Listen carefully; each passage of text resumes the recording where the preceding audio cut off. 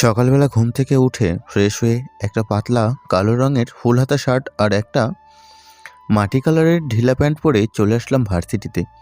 আগে থেকে একটা অভিজ্ঞতা ছিল যে ভার্সিটি বা কলেজে প্রথম দিন গেলে নাকি র্যাগিং বা জার্ক দেয়। তাই আমি এগুলো থেকে বাঁচতেই সকাল সকাল ভার্সিটিতে চলে আসলাম। এসেই সোজা ক্লাসে চলে গেলাম। ক্লাসে বসে বসে স্যারের লেকচারটা শুনছিলাম। এমন সময় কোথা থেকে একটা ছেলে চলে আসলো আমাদের ক্লাসে। এসেই সে তো আর একটা ছেলেকে তার কলার ধরে টানতে টানতেই বাইরে নিয়ে গেল। আর আমরা ক্লাসের সবাই তা দেখতে লাগলাম। কেউ কিছুই বলছে না, এমনকি ক্লাসের স্যারও কিছু বলছে না। এটা দেখে আমার পাশে বসে একটা ছেলেকে বললাম, আচ্ছা ওই ছেলেটাই বা কে, আর ওকে কোথায় নিয়ে গেল? আর আপনারা সবাই চুপচাপ দেখছেন কেন? কেউ কিছু বলছেন না যে? আরে ভাই, একটা একটা করে প্রশ্ন করো। এত প্রশ্ন করলে কোনটা রেখে কোনটা উত্তর দিব আগে? ভাই, আপনি একটা একটা করেই উত্তর দেন। ওর নাম রাহি। ওকে এই কলেজের ছাত্রলীগের সভাপতি ডেকে নিয়ে গিয়েছে। এই ছেলেকে কেন ডেকে নিয়েছে? মনে হয় আজকে রাহির ভুন্না বানাবে। কেন ভাই? আরে সে সভাপতি রুমিল ভাইয়ের বিরুদ্ধে নির্বাচন করেছে তাই। ও, তাহলে তো রাহিরও লোকজন আছে। হুম, কিন্তু তারা এখন আর রাহির সাথে নেই।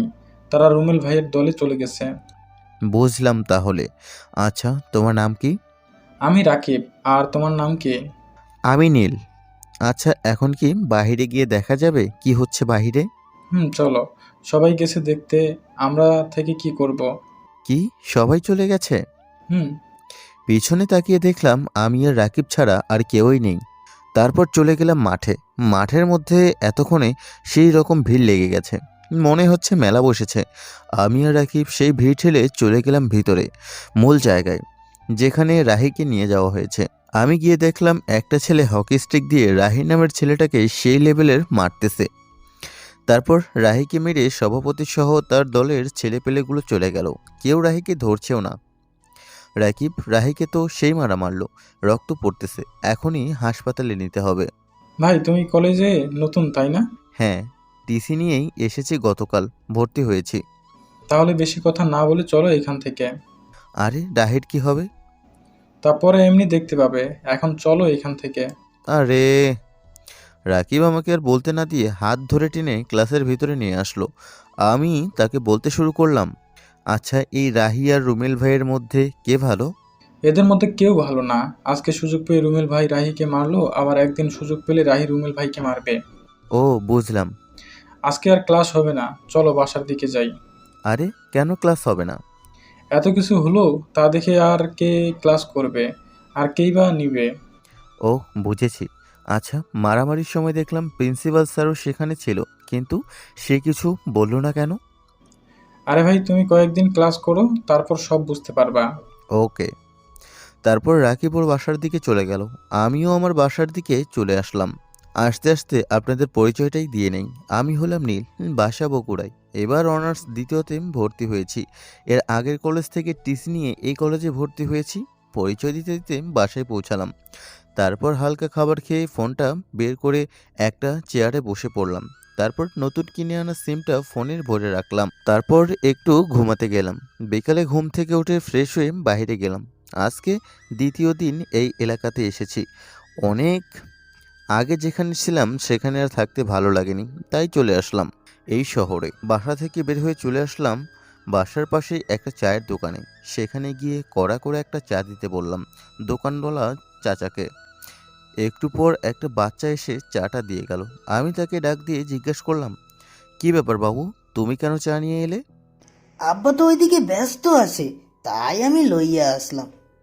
ও, তা তুমি কি করো?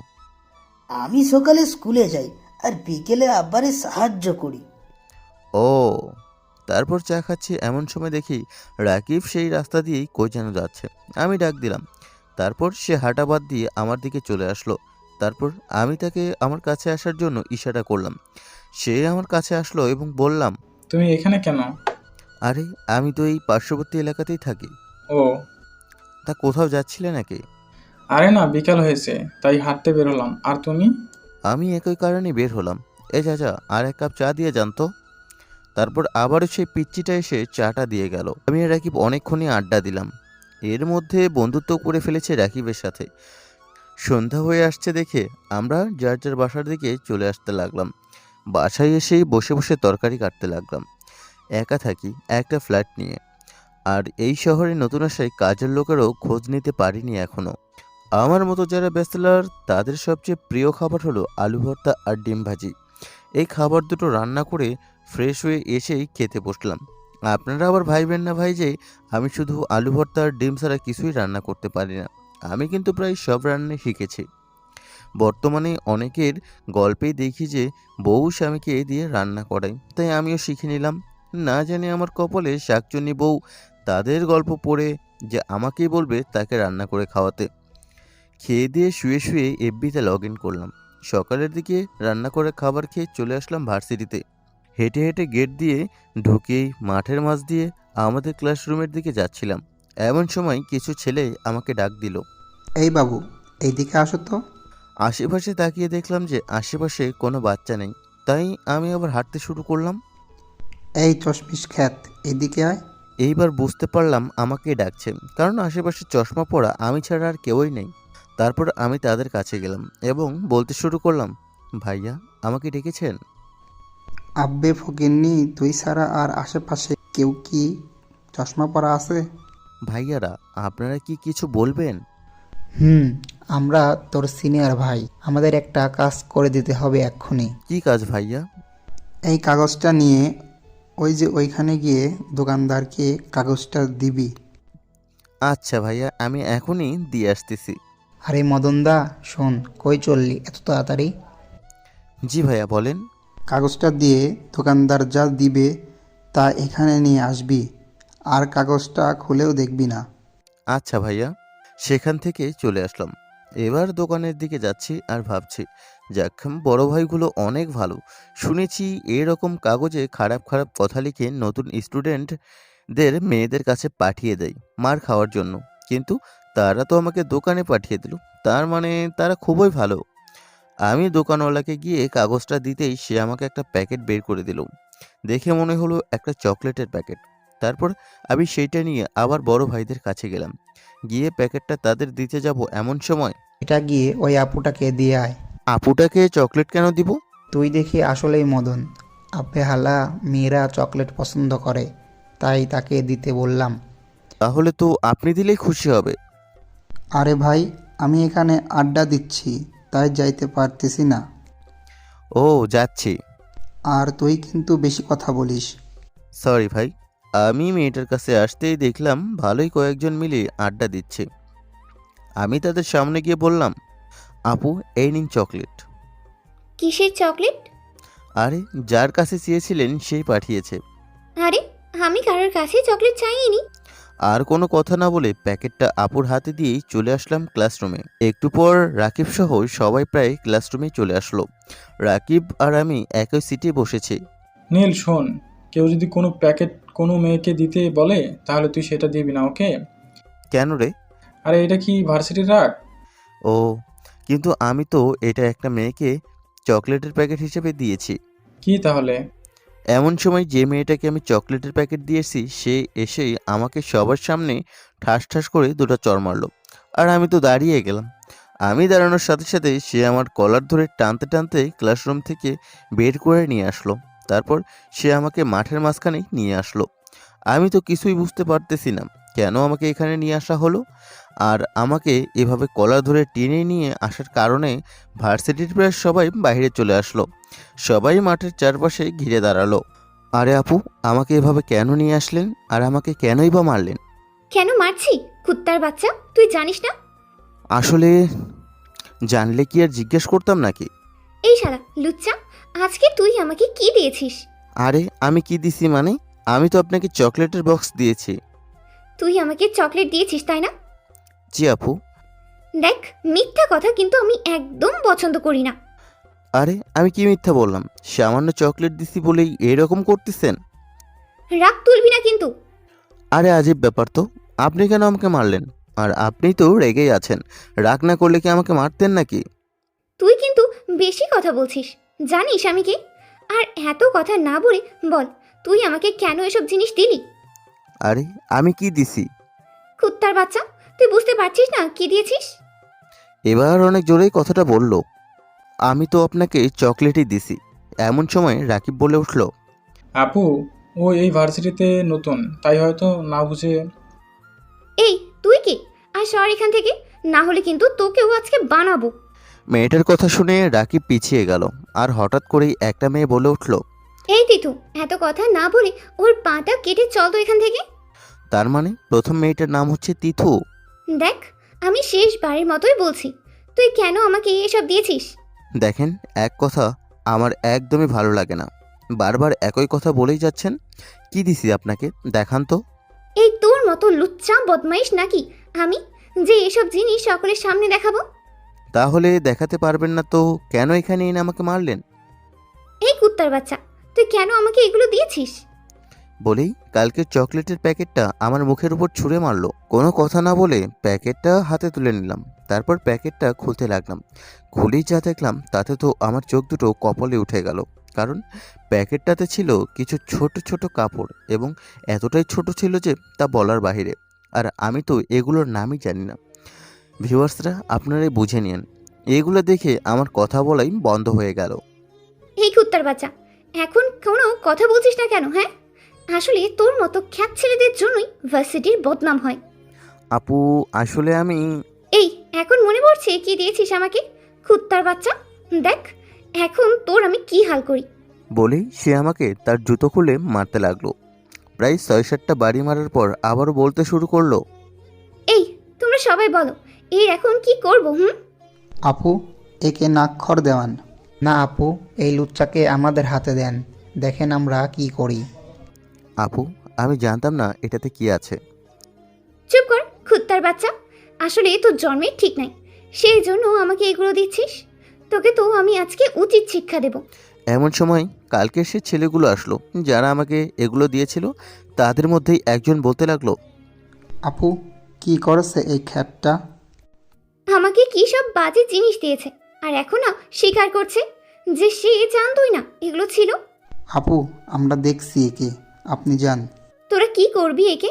আর যা করার সবার সামনেই কর, যাতে কেউ আর এমন কাজ না করতে পারে। আপু, ওই ছেলেগুলোই ওই প্যাকেটটা আপনাকে দিতে বলেছিল। বেটা লুচ্চা, আমরা তো তোকে আজকেই দেখলাম, আর আমরা কেন তিথু আপুকে এসব দিবসি? দেখছেন আপু, আমরা শাস্তি দিতে চেয়েছি বলে আমাদের নামে মিথ্যে বলছে। আপু, সত্যি বলছি, এরাই আমাকে এগুলো আপনাকে দিতে বলেছে। এই দেখ, একদম মিথ্যা বলবি না। আর তোর মতো ছেলেদের দেখলেই বোঝাই যায় যে তোরা এগুলো করেই বেড়াস। আপু, একে বরং এগুলোই পড়িয়ে দেই। আরে না, অন্য কিছু কর। একটা মেয়ে বলে উঠল, আই তিথু, রোহন যা বলেছে সেটাই কর, তাহলে উচিত শিক্ষা হবে। ছেলেটার নাম রোহান। ওকে, তাহলে তাই কর।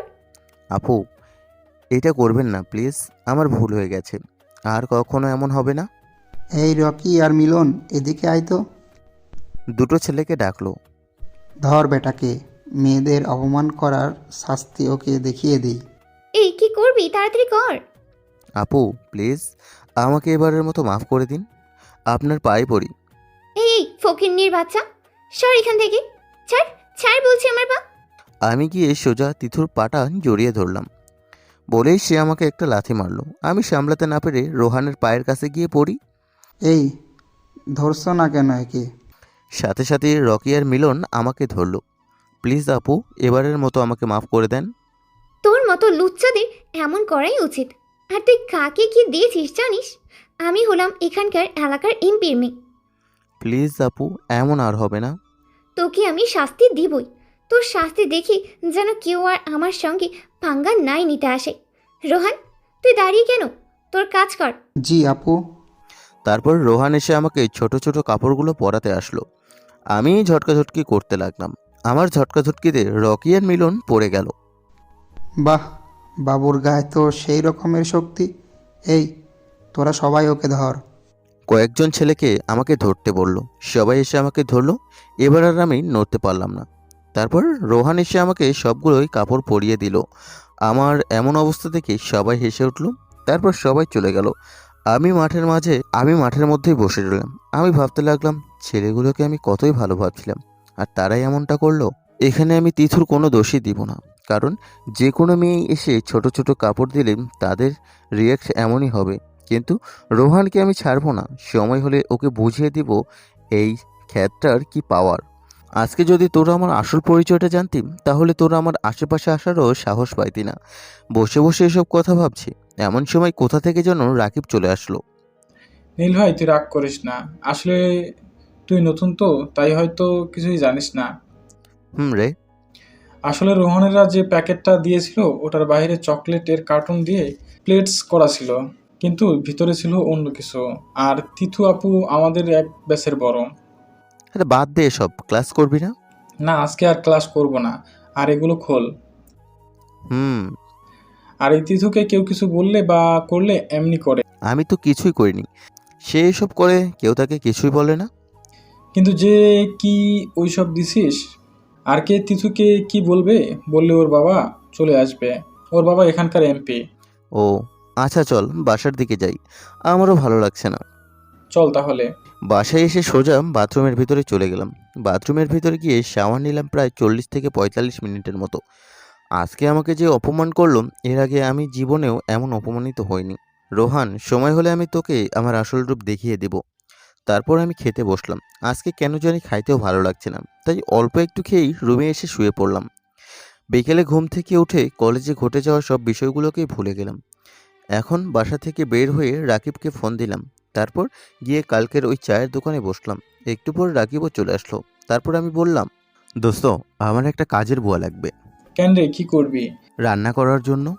আচ্ছা, আমি দেখবো নে। এখন চায়ের অর্ডার দে। হুম। আচ্ছা, কালকে সকাল সকাল ভার্সিটিতে চলে আসিস। সকালে কেন? আরে কাল সকালে একটা কাজ আছে। ও আচ্ছা, আসবনি। পরের দিন সকালে চলে গেলাম ভার্সিটিতেই।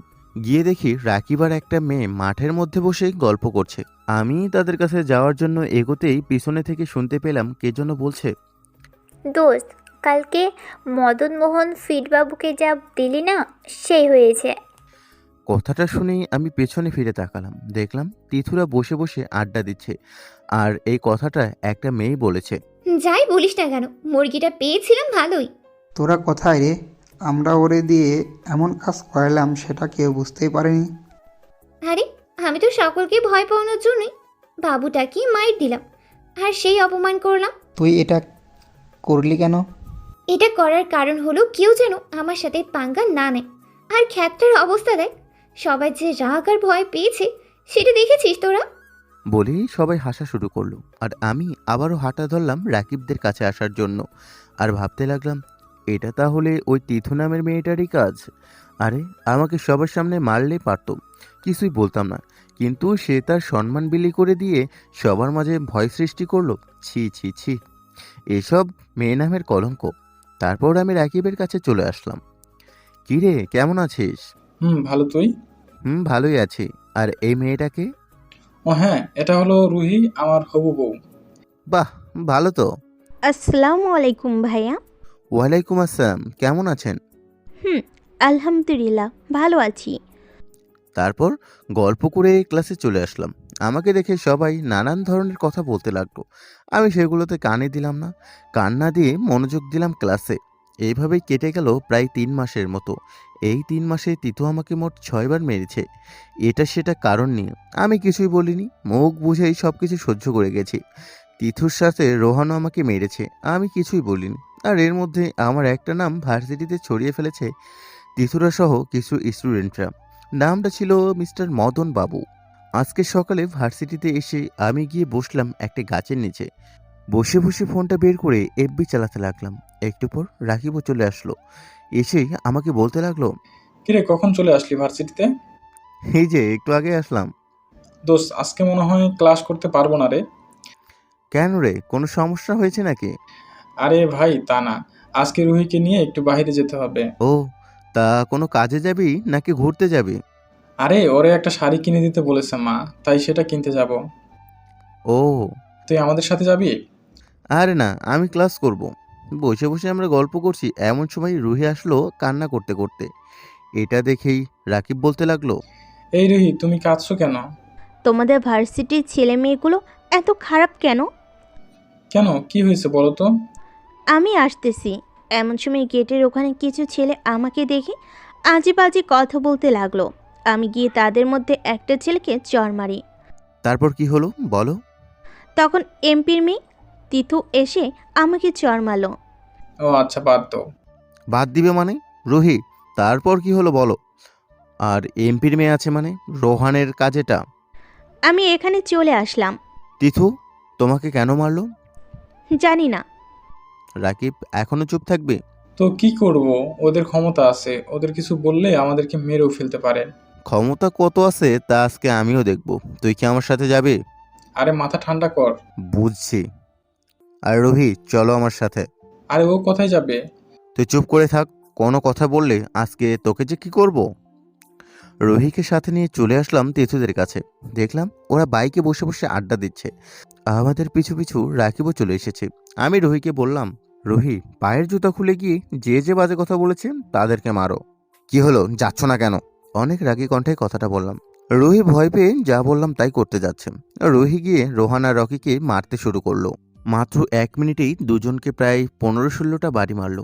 রোহানকে মারতে দেখে তিতু আর ওর কিছু বান্ধবীরা যেমন তিশা, নারিশা, মিম এরা আসতেছে রুহিকে মারার জন্য।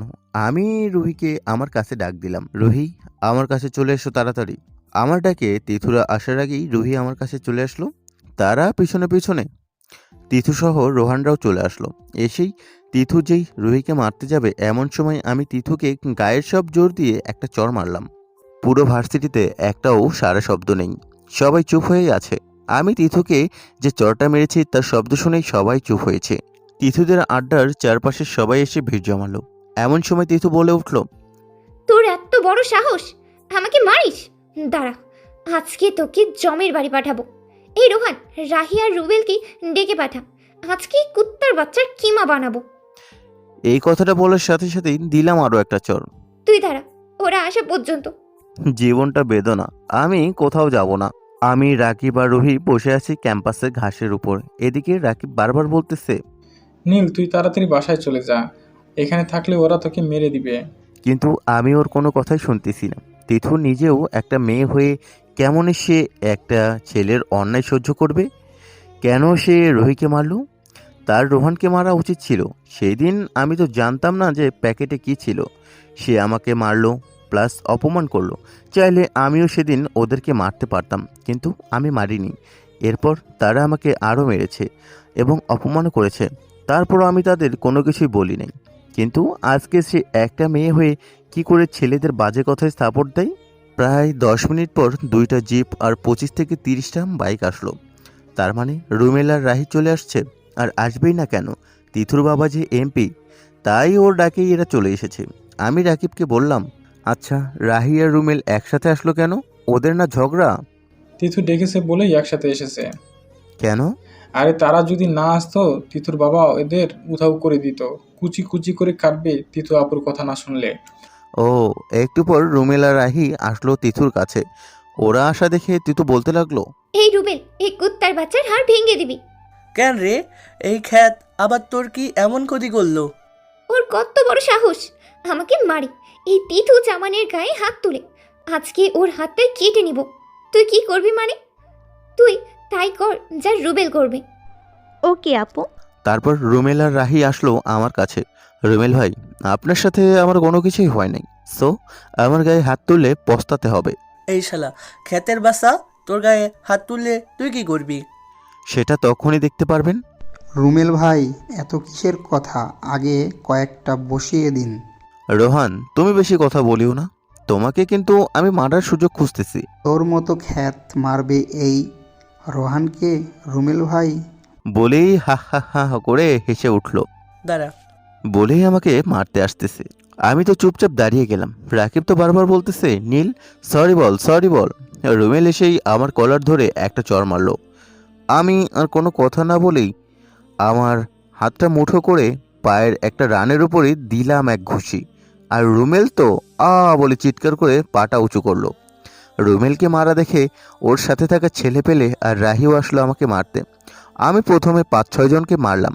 এরপর কে যেন আমার পিঠে একটা হকি স্টিক দিয়ে বাড়ি মারলো। আমি পড়ে গেলাম। তারপর রুমেল এসে আমার পেটে লাথি দিতে যাবে এমন সময় আমি উঠেই বসে আবার অন্য পায়ে দিলাম আরেকটা ঘুষি, আর সাথে সাথেই সে পড়ে গিয়ে কাতরাতে লাগে। পিছনে ফিরে দেখি তিথু আমার পিঠে একটা হকি স্টিক দিয়ে বাড়ি মেরেছিল।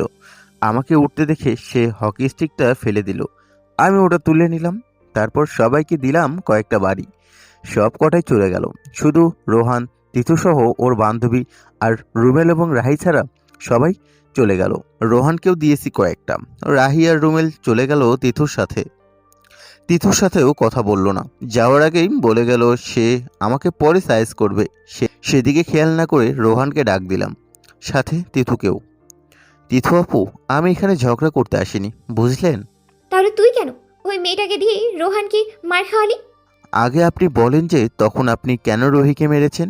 ওই রুহি কেন রোহানকে মারলো তাই মেরেছি। আপু, আপনি কি জানেন রোহানকে কেন মেরেছে সে? না তো। তাহলে কেন মারছিস তুই? চুপ করে আছে। আরে তোর বন্ধু রোহান ওকে টিস করেছে, তাই ওকে মেরেছে। আর তুই তো একটা মেয়ে, তোকে কেউ টিস করলে কি করতি বল? চুপ করে আছে। কি হলো, চুপ করে আছিস কেন? সরি রুহি। ওকে আপু। আপু, আমি আসলে মেয়েদের অসম্মান সহ্য করতে পারি না। আপনি বলেন, আপনি আমাকে কত অপমান, কত মেরেছেন, আমি কি কিছু বলেছি? কিছুটা ঠান্ডা হয়ে বললাম, না। আজকেও আমাকে অপমান বা মারলে আমি কিছুই বলতাম না, কিন্তু রোহিকে টিস করার জন্য এত কিছু হয়েছে। কোনো কথা না বলে রোহানকে কষে কষে 2টা চড় মারলাম। আজকে থেকে রোহান তুই আর এই ভার্সিটিতে আসবি না। আসলেই তোর পা কেটে নিব। আপু, আমাকে মাফ করে দিন। সেই দিন তোর বুদ্ধি শুনে আমি ওই দিনের বাজে কাজ সহ আরও আগে অমন বাজে কাজ করেছি। চকলেটের প্যাকেটের কথাটা বলল। আপু, আমাকে মাফ করে দিন প্লিজ। পারলে ভালো হয়ে যান আপু। ওকে আমি দেখে নেব রে ক্ষেতের বাচ্চা। বাসার ঠিকানা নিয়ে যা। তোমার নাম কি? নীল। নীল।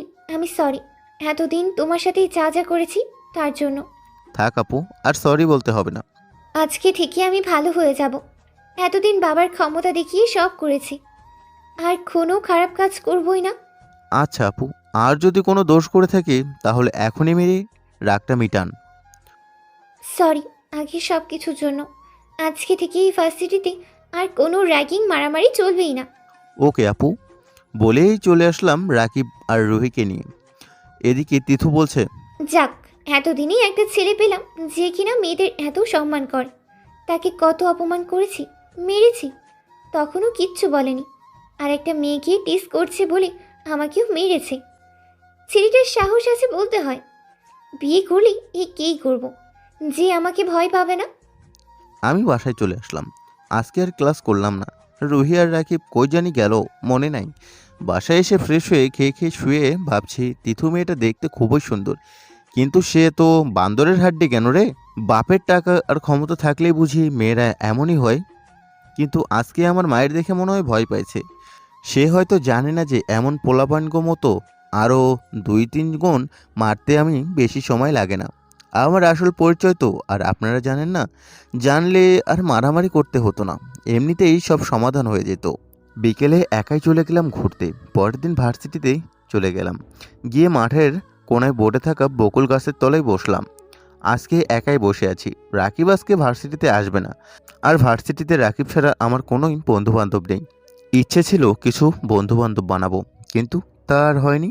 কেউ কথাই বলে না আমার সাথে, কারণ আমি যে খ্যাত আর আমার টাকা পয়সা নেই, তাই কেউ কথা বলে না। বসে বসে এসব ভাবছি, এমন সময় যেন কে বলে উঠলো, কি খবর? আমি পাশে তাকিয়ে দেখলাম তিথু দাঁড়িয়ে আছে। এটা দেখে আমি তো অবাক হয়ে গেলাম। এই তো ভালো খবর, আর আপনার? ভালো। তা একা একা বসে কেন? তো কি করব? তোমার সাথে যে একজন থাকতো সে কই? রাকিবের কথা বলছেন? হুম। রাকিব আজকে আসবে না, কি জানি কাজ আছে। ও, আর কোনো ফ্রেন্ড নাই তোমার? না তো। কি মনে করে আজকে এখানে আসলেন? এমনি আসলাম আর কি। নাকি আজকে আপনারও ফ্রেন্ডরা আসেনি? আশেপাশে তাকিয়ে দেখলাম কেউই নেই। না, আসলে আমি তোমার কাছেই আসলাম। কেন, আমি আপনার আবার কি করেছি? আসলে আমি সরি। কিসের জন্য? আগের সব কিছুর জন্য। তোমাকে মারা, অপমানিত করা, বিশেষ করে সেই ওসব পড়ানোর জন্য। আর সরি বলার দরকার নেই, আমি সব ভুলে গেছি। হুম। আমিও সরি কালকে মারার জন্য। আসলে আমি মেয়েদের টিস একদমই সহ্য করতে পারি না। বাদ দাও, আমার ফ্রেন্ড হবা। না, আপনি আমার বড়। তাতে কি, শুধু বন্ধুই তো হতে বলেছি। ও, বুঝতে পেরেছি। আমাকে এখন ক্ষমা করনি না? আরে না, সেটা না। তাহলে কি? আমি দেখতে খ্যাত, হয়তো আমার সাথে মিশলে আপনার আগের বন্ধুরা আপনার সাথেও মিশতে না পারে। আরে, সেটা আমি দেখে নিব। ওকে, ঠিক আছে। ওকে, চলো আমার সব বন্ধুদের সাথে পরিচয় করিয়ে দিই। ওকে। তারপর সে সবার সাথেই পরিচয় করিয়ে দিল। সবগুলো ক্লাস করে চলে আসলাম বাসায়। খুব ভালো লাগছে আজকে, কারণ আজকে আমি অনেকগুলো ফ্রেন্ড পাইলাম। তবে ভাবছি তিতু এত সহজে কেমনে ভালো হলো। রাকিব যা যা বলেছিল তা দেখে তো মনে হচ্ছে যে তিথু এত তাড়াতাড়ি শুধরাবার নয়। তাহলে কি কোনো কারণ আছে নাকি? আরে না, মনে হয় ভালো হয়েছে। না হলে কালকে তো আর রোহানকে চর মারতো না, আর তার বন্ধুদের সাথেও পরিচয় করিয়ে দিত না। গিটারটা হাতে নিয়ে এসব ভাবছি, এমন সময় ফোনটা কেঁপে উঠ। আমি হাতে নিয়ে দেখি তিথু ফোন করেছে। আসার সময় আমার ফোনটা নিয়ে তার নাম্বারটা সেভ করে দিয়েছে, আর আমার নাম্বারটাও সে নিয়েছে। বলেন। কি করো এখন? এই তো শুয়ে শুয়ে ঘুমানোর চেষ্টা করছি। আর আপনি কি করছেন? আমি ভাবছি। ও, তা কি ভাবছেন? তুমি কি আসলেই আমাকে ক্ষমা করে দিয়েছো? আরে সত্যি ক্ষমা করে দিয়েছি। মাফ না করলে কি বন্ধুত্ব হতাম নাকি? যদি মাফ করে বন্ধুই হতাম, তাহলে আপনি করে বলতা না। আরে আপনি আমার বড়। তাতে কি হয়েছে? আমরা তো বন্ধু, তাই না? হুম। আমাকে তুমি করে বলবা, ওকে? ওকে। আর কালকে ভার্সিটিতে আসার আগে আমাকে ফোন দেবে। তারপর আরও কিছুক্ষণ কথা বলে ফোনটা রেখে দিয়ে একটা দিলাম ছোট্ট ঘুম। এদিকে তিথু ভাবছে, জি মদন কুমার, মিস্টার নীল মেহরাজ, তোমাকে অপমান করতে করতে কখন যে ভালোবেসে ফেলেছি তা আমি নিজেও জানি না। তুমি হয়তো ভাবছো আমার মতো একটা গুন্ডি মেয়ে কেন এত তাড়াতাড়ি ভালো হয়ে গেল।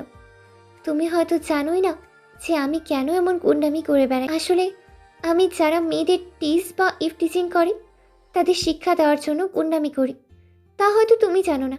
আর তুমি এটাও জানো না যে রোহানের কথায় এসেই আমি সেদিন থেকে তোমাকে অপমান আর মেরেছি। আগে যা করেছি করেছি, এখন তোমাকে ভালোবেসে মদন থেকে একটুখানি স্মার্ট বানাবো। এদিকে আমি বিকেলে ঘুম থেকে উঠে রাকিবদের কাছে ফোন দিলাম। সে আমাকে তাদের বাসায় যেতে বলল। আমি এর আগে কখন রাকিবদের বাসায় যাইনি, তাই রাকিব তার বাসার ঠিকানাটা নিয়ে বাসার সামনেই দাঁড়িয়ে থাকতে বলে। আমি বাসা থেকে বের হলাম রাকিবের বাসায় যাওয়ার জন্য। প্রায় মিনিট 20-এর মতো লাগলো রাকিবের বাসায় আসতে। তারপর রাকিব আমাকে ওর বাসার ভিতরে নিয়ে গেল। রাতে রাকিবের বাসায় খেয়ে আসলাম। রাকিবের মা বাবা আজকে আমাকে দেখতে চাইছিল, তাই রাকিব আসতে বলেছিল। পরের দিন সকালে উঠে না খেয়ে ভার্সিটিতে চলে গেলাম। আসার সময় রাকিবকেও আসতে বললাম। তারপর আমি গিয়ে আবারও কালকের বকুল গাছতলায় বসলাম। একটু পর রাকিবও চলে আসলো। তারপর দুজনে মিলে চলে গেলাম ক্যান্টিনে। হালকা খাবার খেয়ে ক্লাসের দিকে আসতে যাব এমন সময় তিথু ডাক দিল। আমি এগোতে লাগলাম তিথুর দিকে, আর রাকিবের দিকে চেয়ে দেখি সে ভয় পাইতেছে। তিথু বলো। কখন আসছো? এই তো একটু আগেই। আমাকে যে ফোন দিতে বলেছিলাম ভার্সিটিতে আসার আগে। মনে ছিল না তো। ও, আর ওর সাথে পরিচয় করিয়ে দেবে না? ও হ্যাঁ, রাকিব। এর নাম তো জানিসই, তিথু। আর ওরা আমার নতুন বন্ধু, পরিচিত হয়ে নেই। ও, তারপর সবাই রাকিবের সাথে পরিচয় হয়ে নিল। দিনগুলো ভালোই কেটে যাচ্ছে, ভালোভাবেই। পড়াশুনো, আড্ডা, তিথুর সাথে ঘোরাঘুরি করে ভালোই যাচ্ছে দিনকাল। সব মিলিয়ে ভালোই যাচ্ছে। এখন তিথু আর আমার উপর কেমন যেন অধিকার খাটাচ্ছে। আমিও কেমন যেন তিথুর প্রতি দুর্বল হয়ে পড়েছি। মাঝে মাঝে মনে হয় আমি তিথুকে ভালোবেসে ফেলেছি। আগের মতো আর কেউ আমাকে অপমান করে না। এখনও আমি সেই খ্যাতের মতো হয়েই ভার্সিটিতে যাই। প্রতিদিনের মতো আজকেও ভার্সিটিতে আসলাম, কিন্তু একটু দেরি হয়ে গেছে। আমি যে ভার্সিটির গেট দিয়ে ঢুকতে যাব এমন সময় দেখলাম ভার্সিটির মাঠে সবার মধ্যে দাঁড়িয়ে আছে। এটা দেখে আমি তাড়াতাড়ি সেখানে চলে গেলাম। গিয়ে দেখি কতগুলো ছেলে মিলে তিথুকে মারতেছে। আমি গিয়ে সামনে দাঁড়িয়ে একটা ছেলে তিথুকে জোরে একটা চড় মারে, আর সে আমার পায়ের সামনে এসে পড়ে। আর সেই ছেলেটা বলে, এখনো সময় আছে, বল যে এই ভার্সিটিতে ড্রাগসের ব্যবসা তুই করবি, না হলে তোকে কিন্তু মেরেই ফেলবো। আমি মারা গেলেও করব না এমন বাজে কাজ। তাহলে তুই করবি না এমন কাজ? না, করব না। আর তুই জানিস আমি কার মেয়ে। আরে তোর বাপ আমার পায়ের নিচে থাকে, বুঝলি? আমি তোর বাপকে এমপি বানাইছি। আমি এতক্ষণে বুঝে গেলাম যে ছেলেটার ড্রাগসের কারণেই তারা তিথুকে মারতেছে। তোর যা করার কর, আমি মরে গেলেও এমন খারাপ কাজ করব না। ওকে, তাহলে মর। বলেই ছেলেটা তিথুকে মারতে আসতে লাগলো। আমিও বুঝে গেছি তিথু ভালো হয়ে গেছে, তাই আমি বলে উঠলাম, আরে বড় ভাই, তিথুকে মারার এত তাড়া কেন? একটু কথা বলি আগে। কে বললো এই কথা? সামনে আয়। ওকে, আসতেছি। তোর মতো একটা মদনের সাথে কথা বলবো আমি ভাবলি কেমন করে? ভাই, মদনের সাথে কথা না বললে যে সমাধান হবে না। ভাই, আপনার নাম কি? তুই কে বে? জি, আমি এই ভার্সিটিরই ছাত্র। আর আপনি কে বড় ভাই? আর ড্রাগসের ব্যবস্থা কেন তিথুকে দিয়ে করতে যাচ্ছেন? এই, তুই শর্ত বিরক্ত করিস না। তুই জানিস আমরা কার লোক? ভাই, আপনি কার লোক? আমরা জিএস গ্রুপের লোক। কখনো নাম শুনেছিস? তাকে তো সবাই চেনে। যাই হোক, এই ভার্সিটিতে কোনো ড্রাগসের ব্যবসা হবে না। চলে যান এখান থেকে। তুই এত প্যাচাল পারছিস? কে বে তুই? একটু দাঁড়ান ভাই, একটু কথা বলে নেই। তাড়াতাড়ি বল। হঠাৎ তিথু বলে ওঠে, নীল, তুমি এখান থেকে চলে যাও, ওরা খুব খারাপ। তিথু, তুমি কেমন করে ভাবলে যে আমি তোমাকে এমন বিপদের হাতে ছেড়ে যাব? তুমি চলে যাও, ওরা তোমাকে মেরে ফেলবে। চুপ করো তুমি। তোদের কথা বলা শেষ হলো? ভাই, আপনি কালকে আসেন, আমি তিথুকে রাজি করাবো। যা আপনারা বলবেন। কি বলছো তুমি এটা? তুমি চুপ থাকো। সত্যি তুই রাজি করাবি? আপনি কালকে আসবেন, ওকে? ওকে। তারপর তারা চলে গেল। আমি তিথুকে নিয়ে ভার্সিটি থেকে বের হয়ে হাসপাতালে চলে আসলাম। তিথুর হাতে পায়ে কেটে গেছে, তার জন্য আমি তিথুকে কালকে ভার্সিটিতে আসার জন্য বললাম। তুমি কেন বললে যে আমি কালকে থেকে ভার্সিটিতে ড্রাগস বিক্রি করব? তুমি চুপচাপ কালকে ভার্সিটিতে চলে আসবা। কালকে আসলেই খেলা দেখতে পারবা। আমি আর কোনো কথা না বলে বাসায় চলে আসলাম। বাসায় এসে খেয়ে শুয়ে শুয়ে ভাবছি, জিএস, এবার তুই শেষ। ও হ্যাঁ, জিএস এর ফুল নাম হলো গ্যাংস্টার। আমি শুয়ে শুয়ে একটা ফোন দিলাম, কালকে খেলা হবে। পরের দিন সকালে আমি একটু দেরি করেই ভার্সিটির উদ্দেশ্যে বের হলাম। সকালে আমাকে রাকিব আর তিথু ফোন দিয়েছিল, আমি ওদের ভার্সিটিতে আসতে বললাম। আজকে আমি R15V3 এর একটা বাইক নিয়ে আসলাম। আর পোশাক তো চেঞ্জ করেইছি, এটা তো বলতেই হবে না। চোখে একটা সানগ্লাস তো আছেই। একটু আমার আসল রূপে চলে আসলাম ভার্সিটিতে। আজকে ঘাড়ের ব্যাগটার জায়গায় নিয়েছি গিটার। গেট দিয়ে ভার্সিটির ভিতরে ঢুকলাম। কালকের মতো আজকেও সবাই ভার্সিটির মাঠের মাঝে দাঁড়িয়ে আছে। দেখলাম তিথু একাই একপাশে দাঁড়িয়ে আছে, আর কালকের ছেলেগুলো মানে জিএস গ্যাংস্টার তাদের গাড়ির পাশে চেয়ারে বসে আছে। মনে হয় আমার জন্য অপেক্ষা করছে। আমি বাইকটা নিয়ে তিথুর পাশেই দাঁড়ালাম। এমন সময় কালকের ছেলেটা বলে উঠল, এই, তুই এখান থেকে আয়, সাইডে দাঁড়া। ভাই, আমি তো তিথুর পাশে দাঁড়াবই। কথাটা বলতেই সবাই অবাক হয়ে আমার দিকে তাকালো। এটা দেখার জন্য যে কারো এত বড় সাহস নেই যে জিএস গ্রুপের লোকজনদের মুখের উপর কথা বলে। আমি এটা দেখে চোখে সানগ্লাস খুলে ফেললাম। আমাকে দেখে সবাই অবাক, বিশেষ করে তিথু। দৌড়াবে না হাঁটবে বলুন তো? কালকের ছেলেটা বলে উঠল, কিরে, কালকে তো ছিলি মদন কুমার ক্ষেত, আজকে আবার নায়কের মতন কেমনে হলি রে? এতদিন ছিলাম ছদ্মবেশে, আর আজকে আমি আমার আসল বেশে এসেছি। ঠিকই বলেছিস। এই, তুই এবার তো রাজি হয়েছিস আমাদের কথা মতো কাজ করতে? কালকে বললাম না যে মরে গেলেও রাজি হব না? ও তো রাজি হচ্ছে না। আমরা অলরেডি সব ভার্সিটিতে ড্রাগসের ব্যবসা চালু করেছি। ভাই, তিথু রাজি হলেও আমি ওকে করতে দিব না। আর আপনাদের সব ব্যবসা আমি লাঠি তুলে দিব। কি, তুই এত বড় কথা বলছিস? তোর এত বড় সাহস? তুই আমার সাথে মিথ্যে বলছিস আর হুমকি দিচ্ছিস? বলেছি, এখন কি করবি বে? দাঁড়া, দেখাচ্ছি। বলেই ছেলেটা তার কিছু লোকজন পাঠালো আমাকে মারার জন্য। এদিকে আমার লোকজন চারিদিকে ঘিরে ফেলেছে জিএস গ্রুপকে। যেই আমাকে মারতে আসবে তখনই আমি পকেট থেকে আমার প্রিয় বার্মিসটা বের করে আস্তে আস্তে এগোতে লাগলাম। ওরা আমার দিকে আসতে লাগলো। আমার কাছে এসেই যে একটা আমাকে মারার জন্য হাত উঠাবে, এমন সময় আমি তার হাতের তালুতে একটা পোস্ট মেরে দিলাম বার্মিস দিয়ে। সাথে সাথে ছেলেটা চিৎকার দিয়ে জায়গায় বসে পড়লো। এরপর আরও কয়েকজন আসলো আমাকে মারতে। তারা আমাকে চারিদিক দিয়ে ঘিরে ধরেছে। সবার হাতে রয়েছে রামদা, হকি স্টিক, ব্যাট ইত্যাদি। আর আমার হাতে মাত্র একটা বার্মিস। আমি জোরেই বললাম, আমার মেশিনটা নিয়ে আয় তোরে। কথাটা বলার সাথে সাথেই ভিড়ের মধ্যে থেকে একজন ছেলে বের হয়ে আসলো, যাকে দেখে জিএস গ্রুপের লোকজন জায়গায় দাঁড়িয়ে গেল। এর কারণ হলো আমার পিছনে থেকে এমকে গ্রুপের ডান হাত রাসেল বের হয়ে আসলো। আর এই এমকে গ্রুপটা হলো মাফিয়া কিং। মাফিয়া কিং এর গ্রুপ হলো এমকে। এই গ্রুপটা বাংলাদেশের পাওয়ারফুল গ্রুপ। রাসেল এসেই আমাকে বলতে লাগলো, ভাই আপনি ঠিক আছেন তো? আর এই নিন আপনার মেশিন। বলেই রাসেল আমাকে একটা শটগান ধরিয়ে দিল, যাতে সুন্দর করে আঁকা আছে এমকে। এটা আমার সবচেয়ে প্রিয় একটা গান, যেটা আমি সবসময় ব্যবহার করি। ঠিক আছে রে। ভাই ওই শুয়োরের বাচ্চা নিশান রে কি করব? তোর যা মনে চায় কর। ওর কত বড় সাহস, ও আমার কলিজা তিথুর উপরে হাত দিয়েছে। আমি কথাটা বলেই পাশে তাকিয়ে দেখি তিথু কেমন যেন চোখ বড় বড় করে আমার দিকে তাকিয়ে আছে। তিথু চলো আমার সাথে ওইদিকে। পাশে খালি জায়গা দেখিয়ে বললাম। কে আপনি সেটা আগে বলেন। বাহ, একেবারে আপনিতে চলে গেল। আগে ওইদিকে চলো। আর রাসেল, আশেপাশে আমাদের কোনো আড্ডা দেওয়ার স্থান আছে নাকি? ভাই। বেটাগুলো সব কটাকে নিয়ে ওইখানে রাখ, আর আমি রাতে এসে ওর সাথে কথা বলবো। ওকে ভাই। তারপর আমি তিথুকে নিয়ে চলে গেলাম আমার প্রিয় সেই বকুল গাছের নিচে। তারপর তিথু বলতে শুরু করলো, কে আপনি? আর রাসেল ভাইয়ের মতো বড় একজন আপনাকে ভাই বলে সম্বোধনা দিল কেন? আরে আপনি আপনি করছো কেন? আগে যেমন তুমি করে বলতেন, তাই এখনও তুমি করেই বলবে। আগে বলেন আপনি কে? ওকে বলেছি। তুমি কি কখনো এমকে এর নাম শুনেছো, যাকে মাফিয়া কিং বলে? এটা তো সবাই জানে। আর সেই গ্রুপের লিডার তো মনে হয় দুবাইয়ে থাকে। আমি হলাম মাফিয়া কিং। মাফিয়া কিং এর লিডার। কি? হুম আগে বলেননি কেন? আর আপনাকে আমি কত অপমান করেছি, মেরেছি, তখন কিছু বলেননি কেন? আসলে আমি এই জিএস গ্যাংকে ধরার জন্যই এই ভার্সিটিতে এসেছি। আর আমি তোমাকে কিছুই করিনি। তার কারণ হলো তুমি রোহানের কথা এসে আমাকে অপমান করেছো, মেরেছো। তাই আমি তোমাকে কিছুই বলিনি। আর এখনও আমাকে আপনি আপনি করে বলছো কেন? তুমি কিভাবে জানলে যে তারা এই ভার্সিটিতেই আসবে?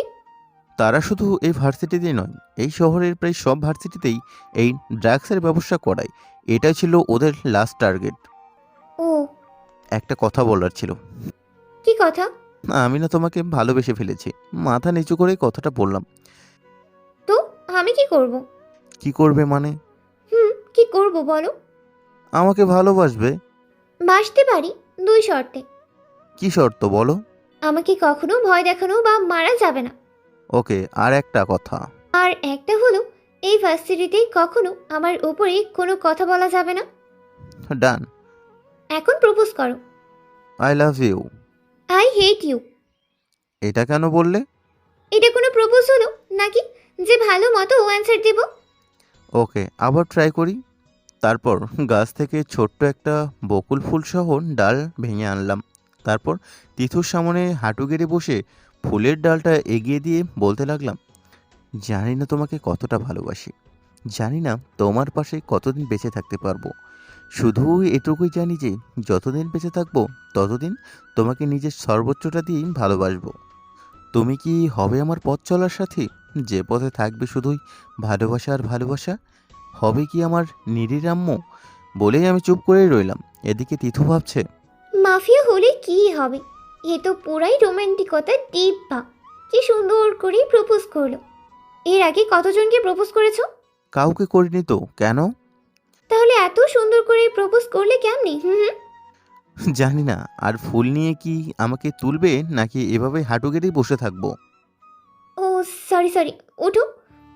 হুম কখনো কোনো মেয়ের দিকে তাকাবা না, ওকে? তাকাবো, কিন্তু বোন আর মায়ের দৃষ্টিতে।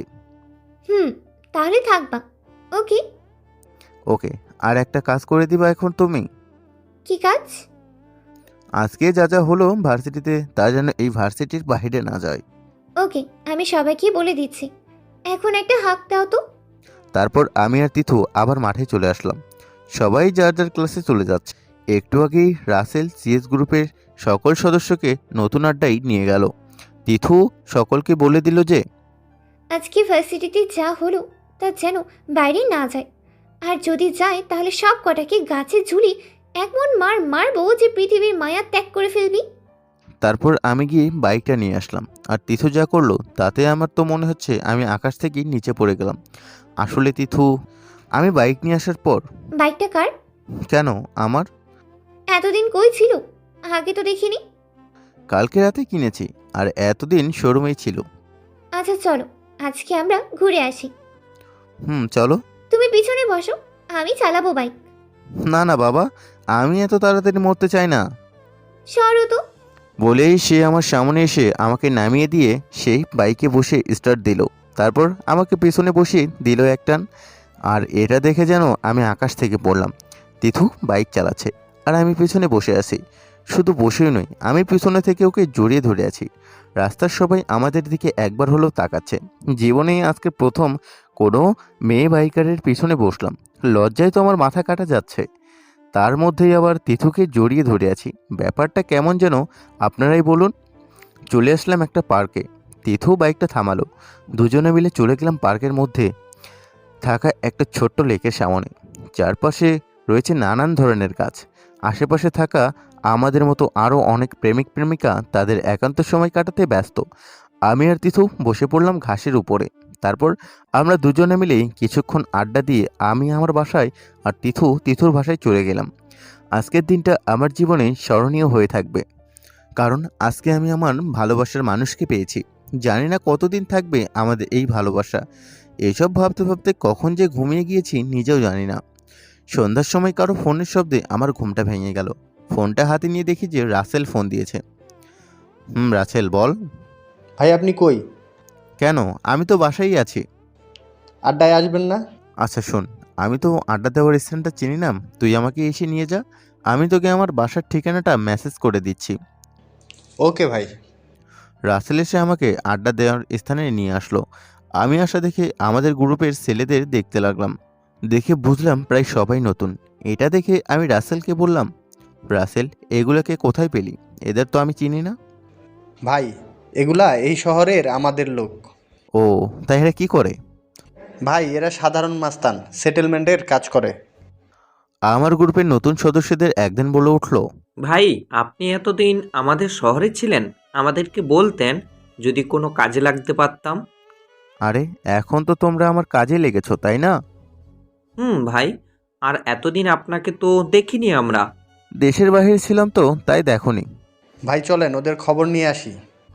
আচ্ছা চলো দেখি ওদের গ্রুপের লোকজনগুলো কই। চলেন ভাই, সবাইকে বেঁধে রাখছি। তুই কি আমার বক্সটা এনেছিস?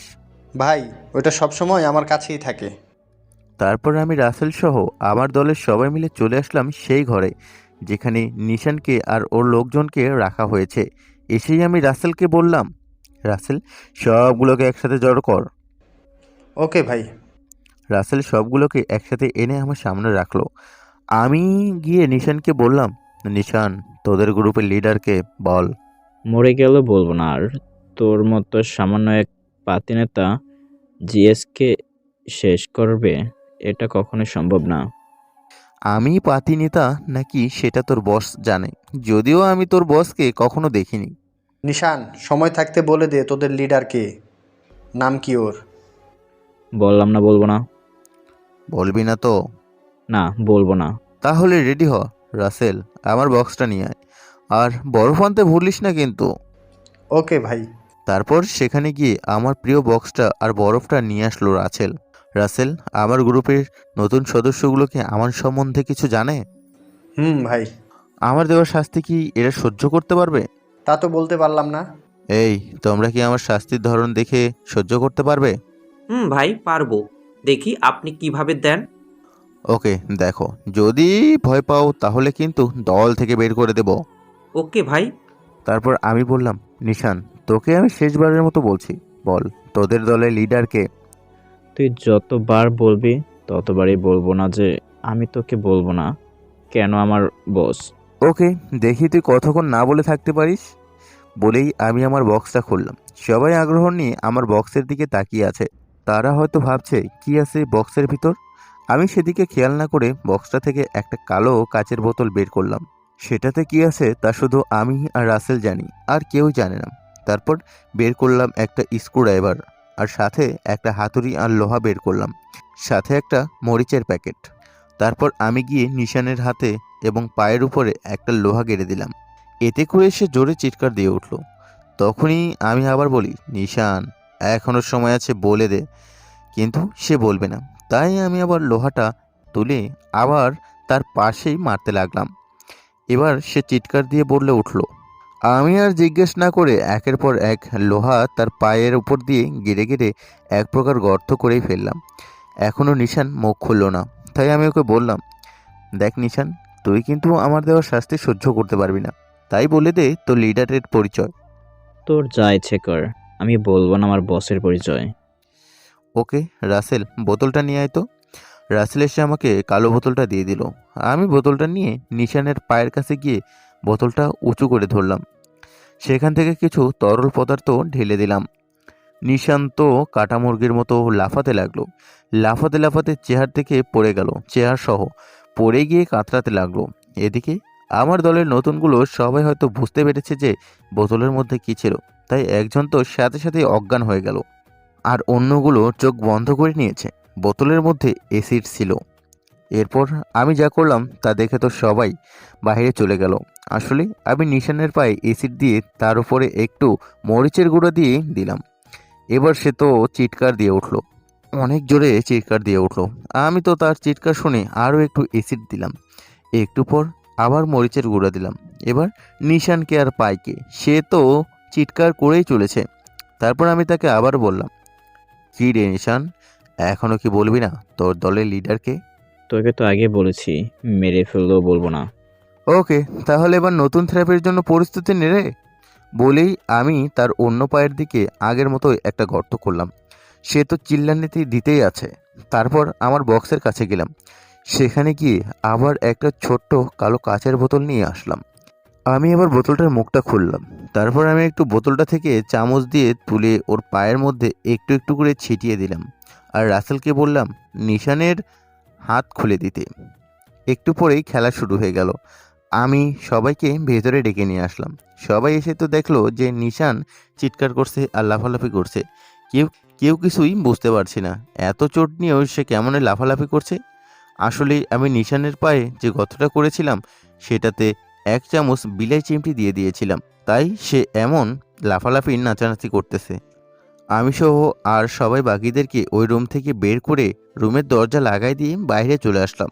তারপর রাসেল, যে অজ্ঞান হয়েছে সে কই? ওরে বাসায় পাঠিয়ে দিয়েছি। ওরে আবার পরে নিয়ে আসিস সুস্থ হলে। ভাই একটা কথা বলি, বলো, কি বলবা? আপনাকে কে এই রকম সুন্দর শাস্তি দেওয়ার স্টাইলটা শিখিয়েছে? আমি নিজে শিখছি। এরকম আরও অনেক শাস্তি দেওয়ার স্টাইল আমার জানা শেখা আছে। আমাদের দেখাবেন ভাই একটু? তোমরা এত ভয় পাও? আমরা তো এর আগে কখনো এমন ভয়ানক শাস্তি দেখিনি, তাই একটু ভয় পাই। ভাই ওদের একটু একটু করে দেখাই, তাহলে ভয় কেটে যাবে। ওকে দেখাবো। এখন আমি বাসায় চলে যাব। ভাই আমি কি আপনাকে বাসায় ছেড়ে আসবো? আরে না, আমি একাই যাব। তুই এখানে থাক। আর নিশান হয়তো এতক্ষণে বরফগুলো ওর পায়ে লাগিয়ে শেষ করেছে। তুই ওর থেকে কথা বের করিস।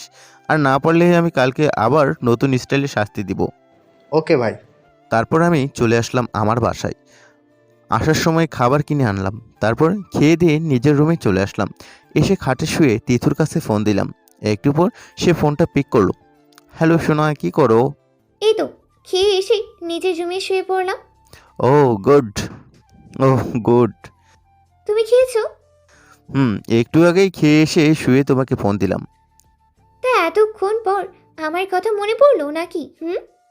আরে না, একটা কাজ করতে গিয়েছিলাম। কি কাজ করতে গেছিলাম?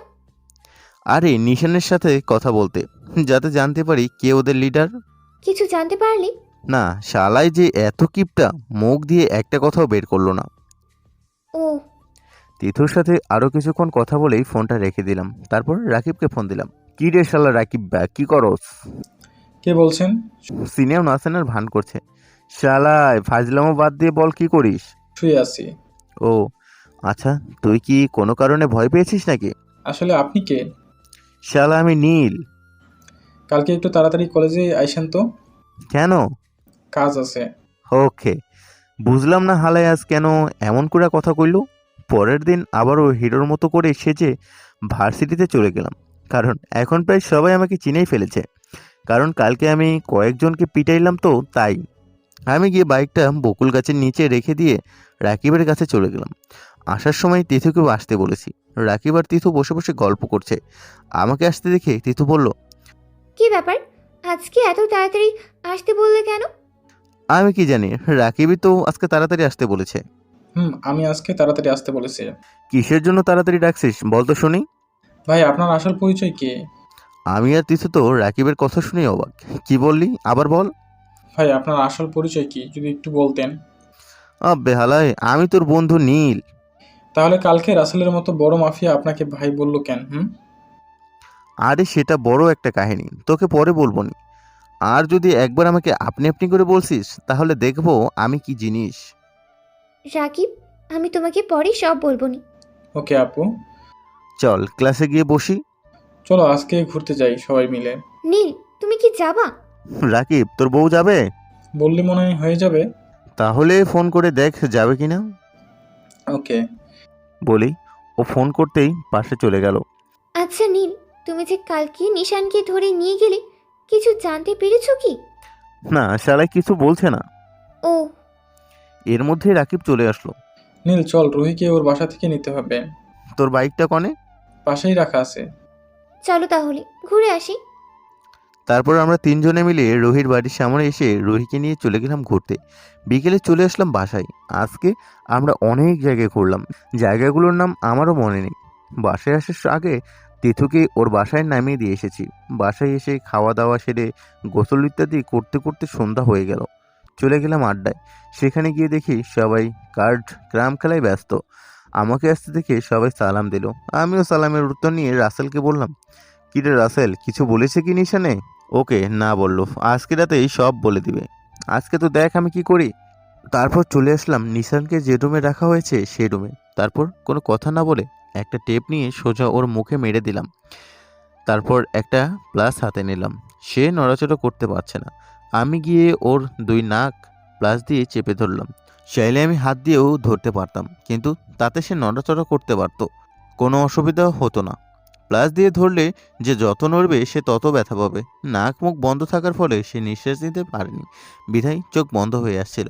তারপর সব খুলে দিলাম। এরপর যা করলাম তাতে সব বলতে শুরু করলো। আমি আসলে তার কালকের মতো করে আজকেও তার দুই পায়ে গর্ত করলাম। তারপর এসিড প্লাস মরিচের গুঁড়া প্লাস বিলাই চিমটি দিয়ে একসাথে ছিটিয়ে দিলাম। হাত থেকে রক্ত পড়তে লাগলো তার। নিশান তো সেখানে হাত দিতে পারছে না, কারণ তার দুই হাতেও গর্ত করে দিয়েছিলাম। সে সহ্য করতে না পেরে, ভাই আমি সব বলবো ভাই, আগে আমাকে একটু বরফ এনে দিন। রাসেল ওর হাতের ক্ষতটাতে বরফ এনে লাগিয়ে দে তো। বলেই সে বরফ এনে লাগিয়ে দিল। এখন বল, তোকে পাঠিয়েছিল কে, আর তোদের লিডারই বা কে? ভাই আমাদের লিডার তো দেশের বাইরে থাকে, আর এখানে আমাদেরকে লিড দেয় রূপক ভাই। এ কি সে রূপক যে ওই অমুক মন্ত্রীকে মেরেছিল? ভাই এই রূপক ভাই মন্ত্রীকে মেরে আফ্রিকা চলে যায়। তাহলে এই রূপক তোদের বসকে চিনে নাকি? তোরা চিনিস না? না ভাই। পুলিশ কি জানে যে রূপকই মন্ত্রীকে মেরেছে? এটা তো সবাই জানে, কিন্তু কেউ কিছু করতে পারে না। কেন? কারণ হলো আফ্রিকার ডন তাকে প্রোটেক্ট দিচ্ছে। ও, এখন রূপককে কোথায় পাবো বল? তোকে কোথাও যাওয়া লাগবে না বে, কুত্তার বাচ্চা। কিরে, হঠাৎ করে আবার তোর এত সাহস আসছে কোথা থেকে? আমি রূপক ভাইকে এখানে আসতে বলেছি, বুঝেছিস? মরবে তো একটু জেনেই মর। কে জিএস গ্রুপের লিডার, রূপক ভাই এসে তোকে সব বলবে। ওকে ফাইন, কিন্তু নিশান তুই যে আমাকে গালি দিয়ে অনেক বড় ভুল করলি রে, এবার তার মাসুল দে। বলেই আমি ওর মুখের মধ্যে অ্যাসিডের বোতলটা দিয়ে অ্যাসিডটা ঢেলে দিলাম। যদি তুই গালি না দিতি তাহলে তুই হয়তো বেঁচে থাকতি রে। ভাই ও তো কোনো কথা বলতে পারছে না, শুধু গল গল গল গল করছে। ওর মুখে মরিচের গুলো ঢেলে দি।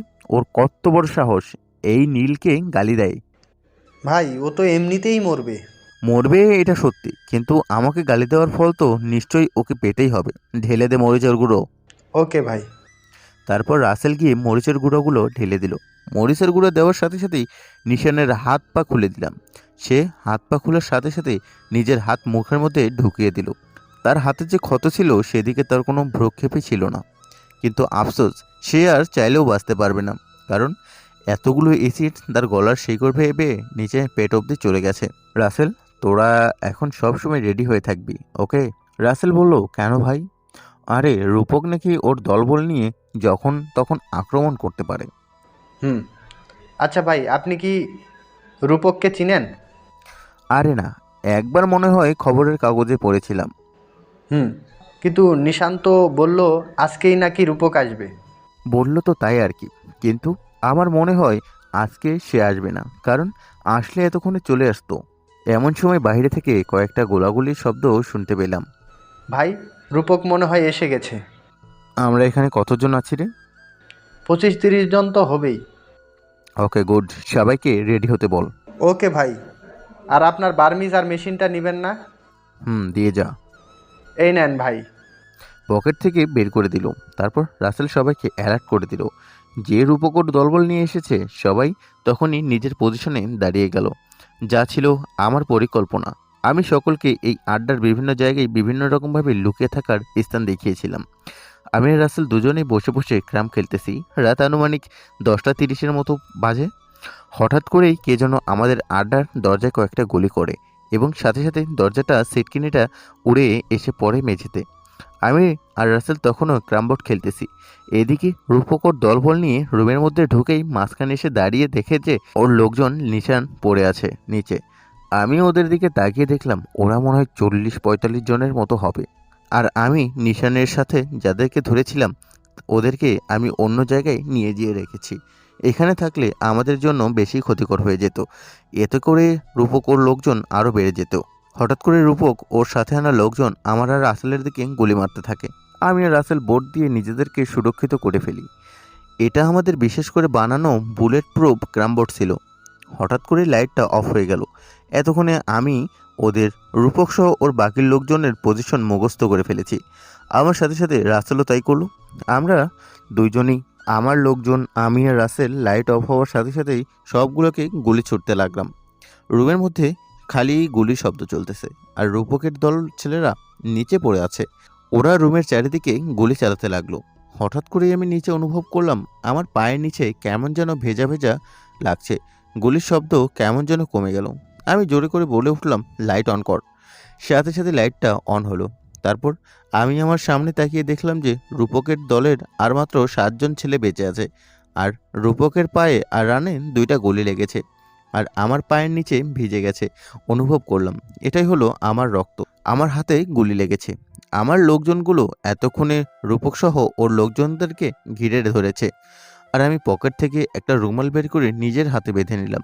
আর রাসেল এটা দেখে বলতে লাগলো, ভাই, আপনার কি হয়েছে? আরে কিছু না, চল আগে রূপকের খবরটা নিয়ে আসি। ভাই, আপনার তো গুলি লেগেছে, চলেন আগে হাসপাতালে যাই। আরে তুই টেনশন করিস না রে, আমি ঠিক আছি। ভাই, রক্ত পড়তেছে তো। আরে কিছুই হবে না, এখন চল এদের আগে দেখি। বলে রূপকের কাছে গিয়ে আমি বলতে লাগলাম, রূপক ভাই আসসালামু আলাইকুম। কুত্তার বাচ্চা, তুই নিশানকে মেরেছিস তাই না? ভাই ভালো মতো তো সালামটা দিলাম, আর আপনি গালাগালি করতেছেন। তুই জানিস না তুই কার লোককে মেরেছিস? ভাই আমি কার লোককে মেরেছি একটু বলবেন? তুই আফ্রিকার বড় ড্রাগ ব্যবসায়ীর ক্যারিও কার্লো এর লোকদের উপর হাত তুলেছিস। এবার তুই আর বাঁচতে পারবি না। কিন্তু কিন্তু কি ভাই?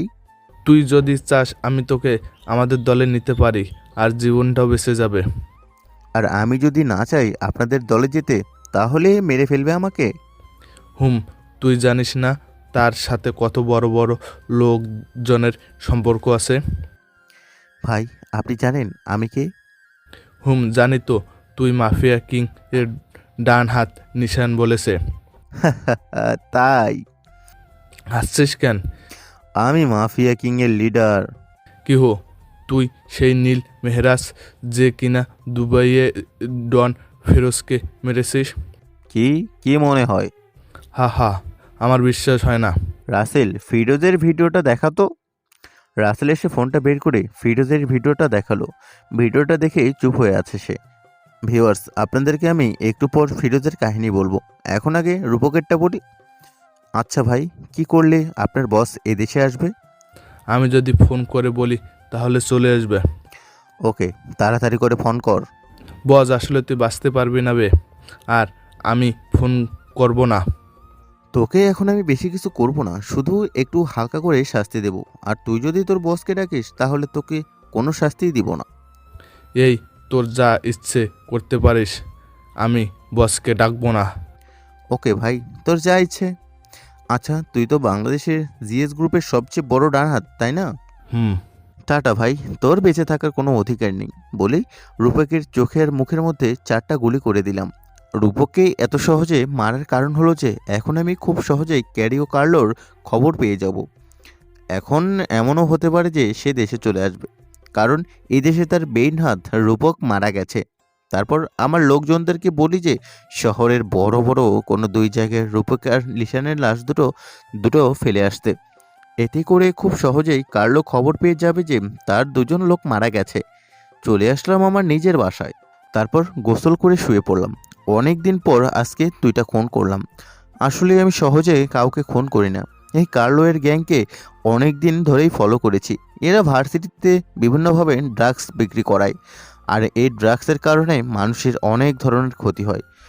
অনেক ব্রিলিয়ান্ট স্টুডেন্ট এই ড্রাগসের প্রতি আসক্ত হয়ে পড়ালেখাটাই ছেড়ে দেয় বা নষ্ট করে দেয়। কত সময় ড্রাগস কেনার টাকা না থাকার কারণে তারা খুনও করে। এদের সব কিছুর মূল কাহিনীটা হলো এই ড্রাগস। তাই আমি অনেক দিন ধরে এই ড্রাগসের গ্যাংকে ধরার জন্য আবার এই বাংলাদেশে ফিরে এসেছি। এবার আমি এর শেষ দেখে ছাড়ব।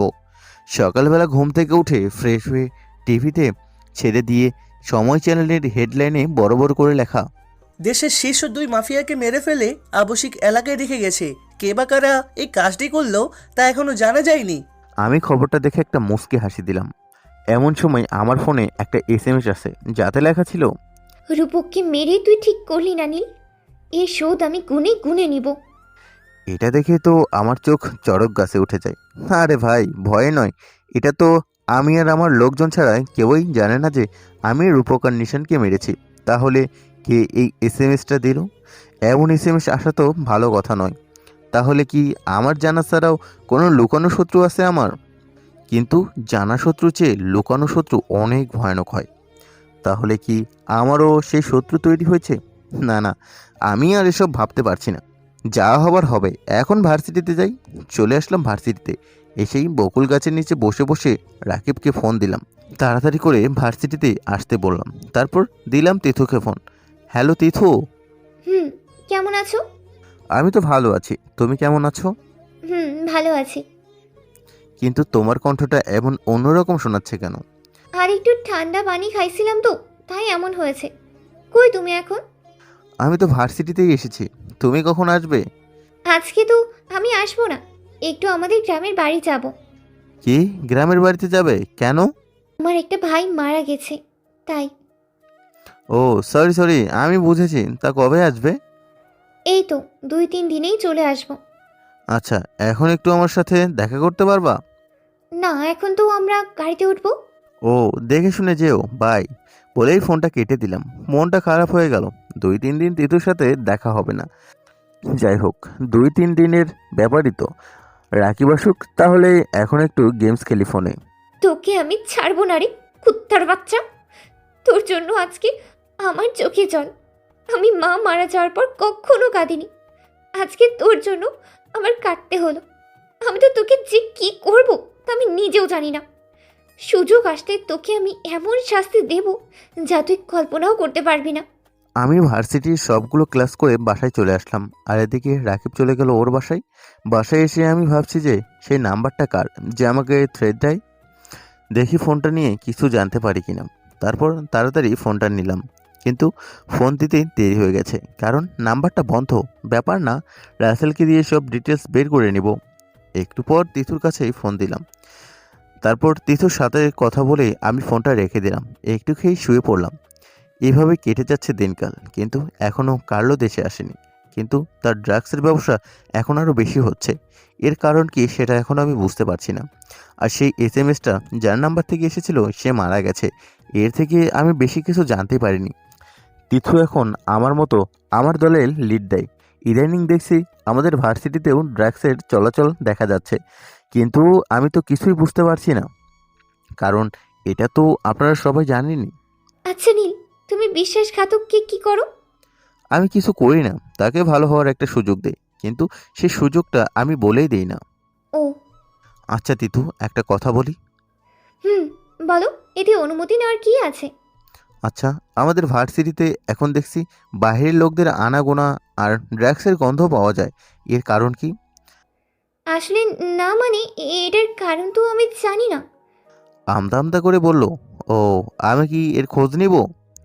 আরে না, আমি আছি তো। আর তোমাকে তো আগেই বলেছি, এই ভার্সিটিতে তুমি কোনো পাওয়ার প্রয়োগ করতে পারবা না। হুম, আচ্ছা তুমি একটু খোঁজ নাও কে এসব করছে। হুম, আচ্ছা চলো, আমরা কোথাও থেকে ঘুরে আসি। ঘুরতে যাবা? হুম, চলো। চলো তাহলে। তারপর আমরা দুজনে মিলে ঘুরতে গেলাম। বিকেলে বাসায় ফিরতেই রাসেলের ফোন। রাসেল বল, কি খবর? ভাই, একটা খবর পাইছি। কি খবর রে? কে এখন এই ড্রাগসের ব্যবসা করতেছে তার খবর পেয়ে গেছি। কে সে, বল তাড়াতাড়ি। ভাই, সে হলো লেডি কিং গ্রুপের লিডার। এই কিং গ্রুপটা আবার কার? আগে তো কখনোই এই নামটি শুনিনি ভাই, আমি শুনিনি এই নামটা এর আগে। তবে আমি শিওর যে একটা মেয়ে এই দলটাকে লিড দেয়। হতে পারে। আচ্ছা তুই খোঁজ লাগা, দেখি কার্লো সালে দেশে আসবে কবে। ওকে ভাই, আর আপনি কি রাতে আড্ডায় আসবেন? না রে, এখন তো কোনো কাজ নেই। ভাই, একটা কথা ছিল। বল। চলেন না একদিন বাড়ি থেকে ঘুরে আসি। রাসেল, এসব কথা রাখতো, আমার কাজ আছে, বাই বলেই ফোনটা কেটে দিলাম। আবারও 10 বছর পুরনো কথাগুলো মনে পড়াই দিল এই রাসেল। আমি আবার সে 10 বছর পুরনো স্মৃতিটাকে ভুলে যেতে চাই, কিন্তু কিছু কিছু লোকের জন্য তা হয়ে ওঠে না। এই বিশাল অতীতটা জুড়ে আছে আমার জীবনের কয়েকটা কালো মুহূর্ত, যা কখনোই চাইলেও ভুলতে পারবো না। একটু ভুলে গেলেই কেউ না কেউ আবারও সেই মুহূর্তের করা নাড়াবেই। আমি সেটাকে দুঃস্বপ্ন হিসেবে ভুলে যেতে চাই, কিন্তু পারি না। আজও আমার মনে পড়ে গেল সেই দিনটির কথা, যেদিন আমি প্রথমে কলেজে যাই। মা আমাকে নিজে এসে কলেজে নামিয়ে দিয়ে গিয়েছিল, এবং সেই কলেজের প্রিন্সিপাল ছিল আমার বাবা নিজেই। আমাদের দিনগুলো খুব একটা ভালো যাইতো না। এতে আপনারা আবার ভাইবেন না যে টাকা পয়সার অভাব ছিল বা আছে। কোনো কিছুরই অভাব ছিল না আমাদের, শুধুমাত্র একটু সুখ ছাড়া কিছুরই অভাব ছিল না। সবসময় আমাদের বাড়িতে বাবা আর মায়ের একজন আর একজনের সাথে একটা না একটা বিষয় নিয়ে ঝগড়া লেগেই থাকতো। আমার কিছু করার ছিল না, আমি শুধু নীরব দর্শকদের মতোই দেখে যেতাম। এভাবেই প্রায় এমন সময় আমার ফোনে একটা কল আসে। ফোনটা বের করে দেখি রাকিব কল দিয়েছে। হ্যাঁ রাকিব, বল। কিরে, কই তুই? বাসায় শুয়ে আছি। কোনো প্রবলেম হয়েছে কি? তুই তাড়াতাড়ি আমাদের বাসায় আয় তো। আরে কি হয়েছে সেটা তো বলবি। আরে তুই আসলেই দেখতে পারবি। ওকে, আসতেছি। চলে গেলাম রাকিবদের বাড়িতে। সেখানে থেকে রাকিব আমাকে নিয়ে কই জানে যাচ্ছে। আরে কই যাবি সেটা তো বল। আমরা এখন আশুলিয়া যাব, বুঝলি? আরে সেখানে কেন যাব? আর কোনো কাজ থাকলে বল। একটা কাজ আছে, যা। তুই ছাড়া আর কেউ করতে পারবে না। কি কাজ সেটা তো বলবি। আরে শালা, তুই গেলেই দেখতে পারবি। এখন চুপচাপ বাইক চালা। জানি না এই শালায় আবার কই নিয়ে যাচ্ছে, কিছু বলছেও না, কেমন যেন ছটফট ছটফট করছে। তার সাথে তো আবার অস্থিরতা তো আছেই। আমি তাড়াতাড়ি বাইক চালাতে লাগলাম। কোথায় যাব বল। দেওয়ান, টেকে যা। আরে সেখানে কেন? ওটা তো গুন্ডাদের আড্ডা। ভাই, ওরা রুহিকে আটকে রেখেছে। কারা আটকে রেখেছে আর কেনই বা আটকে রেখেছে বল। আরে রুহির বাবা আমার আর রুহির জন্য একটা বাড়ি বানানোর জন্য জায়গা কিনেছে, সেটা দখল করে আছে। তারপর? রুহির বাবা তাদের সরে যেতে বললে যায়নি। এটা দেখে তিনি পুলিশকে আনেন, আর পুলিশ এসে গুন্ডাগুলোকে ধরে নিয়ে যায়। তো এখন কি হয়েছে? গুন্ডাগুলো বিকেলে জেল থেকে ছাড়া পেয়ে এসে রুহির বাবা আর মাকে মারধর করে রুহিকে ধরে নিয়ে গেছে। এত তাড়াতাড়ি পুলিশ ছেড়ে দিল ওদের? টাকা ঘুষ দিয়ে বেরিয়ে আসে। আমি তাহলে তোকে এখন কিভাবে সাহায্য করি বল। মানে কি বলছিস তুই? আরে আমি কি গুন্ডা না মাফিয়া যে ওদের থেকে তোর বউকে বাঁচাবো? দেখ, এখন কিন্তু মজা করার সময় নয়। আমি জানি কে তুই। আমি কে? তিতু আমাকে সব বলেছে। শালা মদন, সব যখন জানিস তাহলে আমাকে আগেই বলতি, বাসায় বসে থেকেই সব সমাধান করে দিতাম। আগে রুহিকে বাঁচা, তারপর যা বলবার বলিস। আগে রোহিতের বাসায় ওর বাবা মায়ের কাছে চল। কেন? শালা তুই কি জানিস যে ওরা কোথায় রুহিকে আটকে রেখেছে? না তো। তাহলে এখন চল। চলে আসলাম বাসায়। তারপর সব ঠিকানা নিয়ে চলে গেলাম রুহিকে আনতে। সেখানে গিয়ে দেখি একটা টিনের ঘর, খুব বড়। সেটার ভিতরে অনেক লোকজন হাসাহাসি শব্দ আসতেছে, মনে হয় কাঠ বা ক্রাম খেলতেছে। আমি গিয়ে দরজাটা খুললাম, তারপর ভেতরে চলে আসলাম। আমার পিছু পিছু রাকিবও চলে আসলো। তার পিছু পিছু আরও একজন ঢুকলো। ভালো করে দেখলাম এটা তো রুহির বাবা। আমি সামনে গিয়ে দেখলাম রুহিকে একটা বাঁশের গোড়ায় বেঁধে রেখেছে। আমি এগিয়ে গেলাম গুন্ডাদের দিকে, গিয়ে দেখলাম সবাই ক্যারমবোর্ড খেলতেছে। সেখানে পুরো অন্ধকার, শুধুমাত্র বোর্ডের চারপাশে ছাড়া। আমি গিয়ে একটা ছেলেকে ডাক দিলাম। সে আমার কাছে এসে বলতে লাগলো, কে বে তুই? এখানে কি করছিস?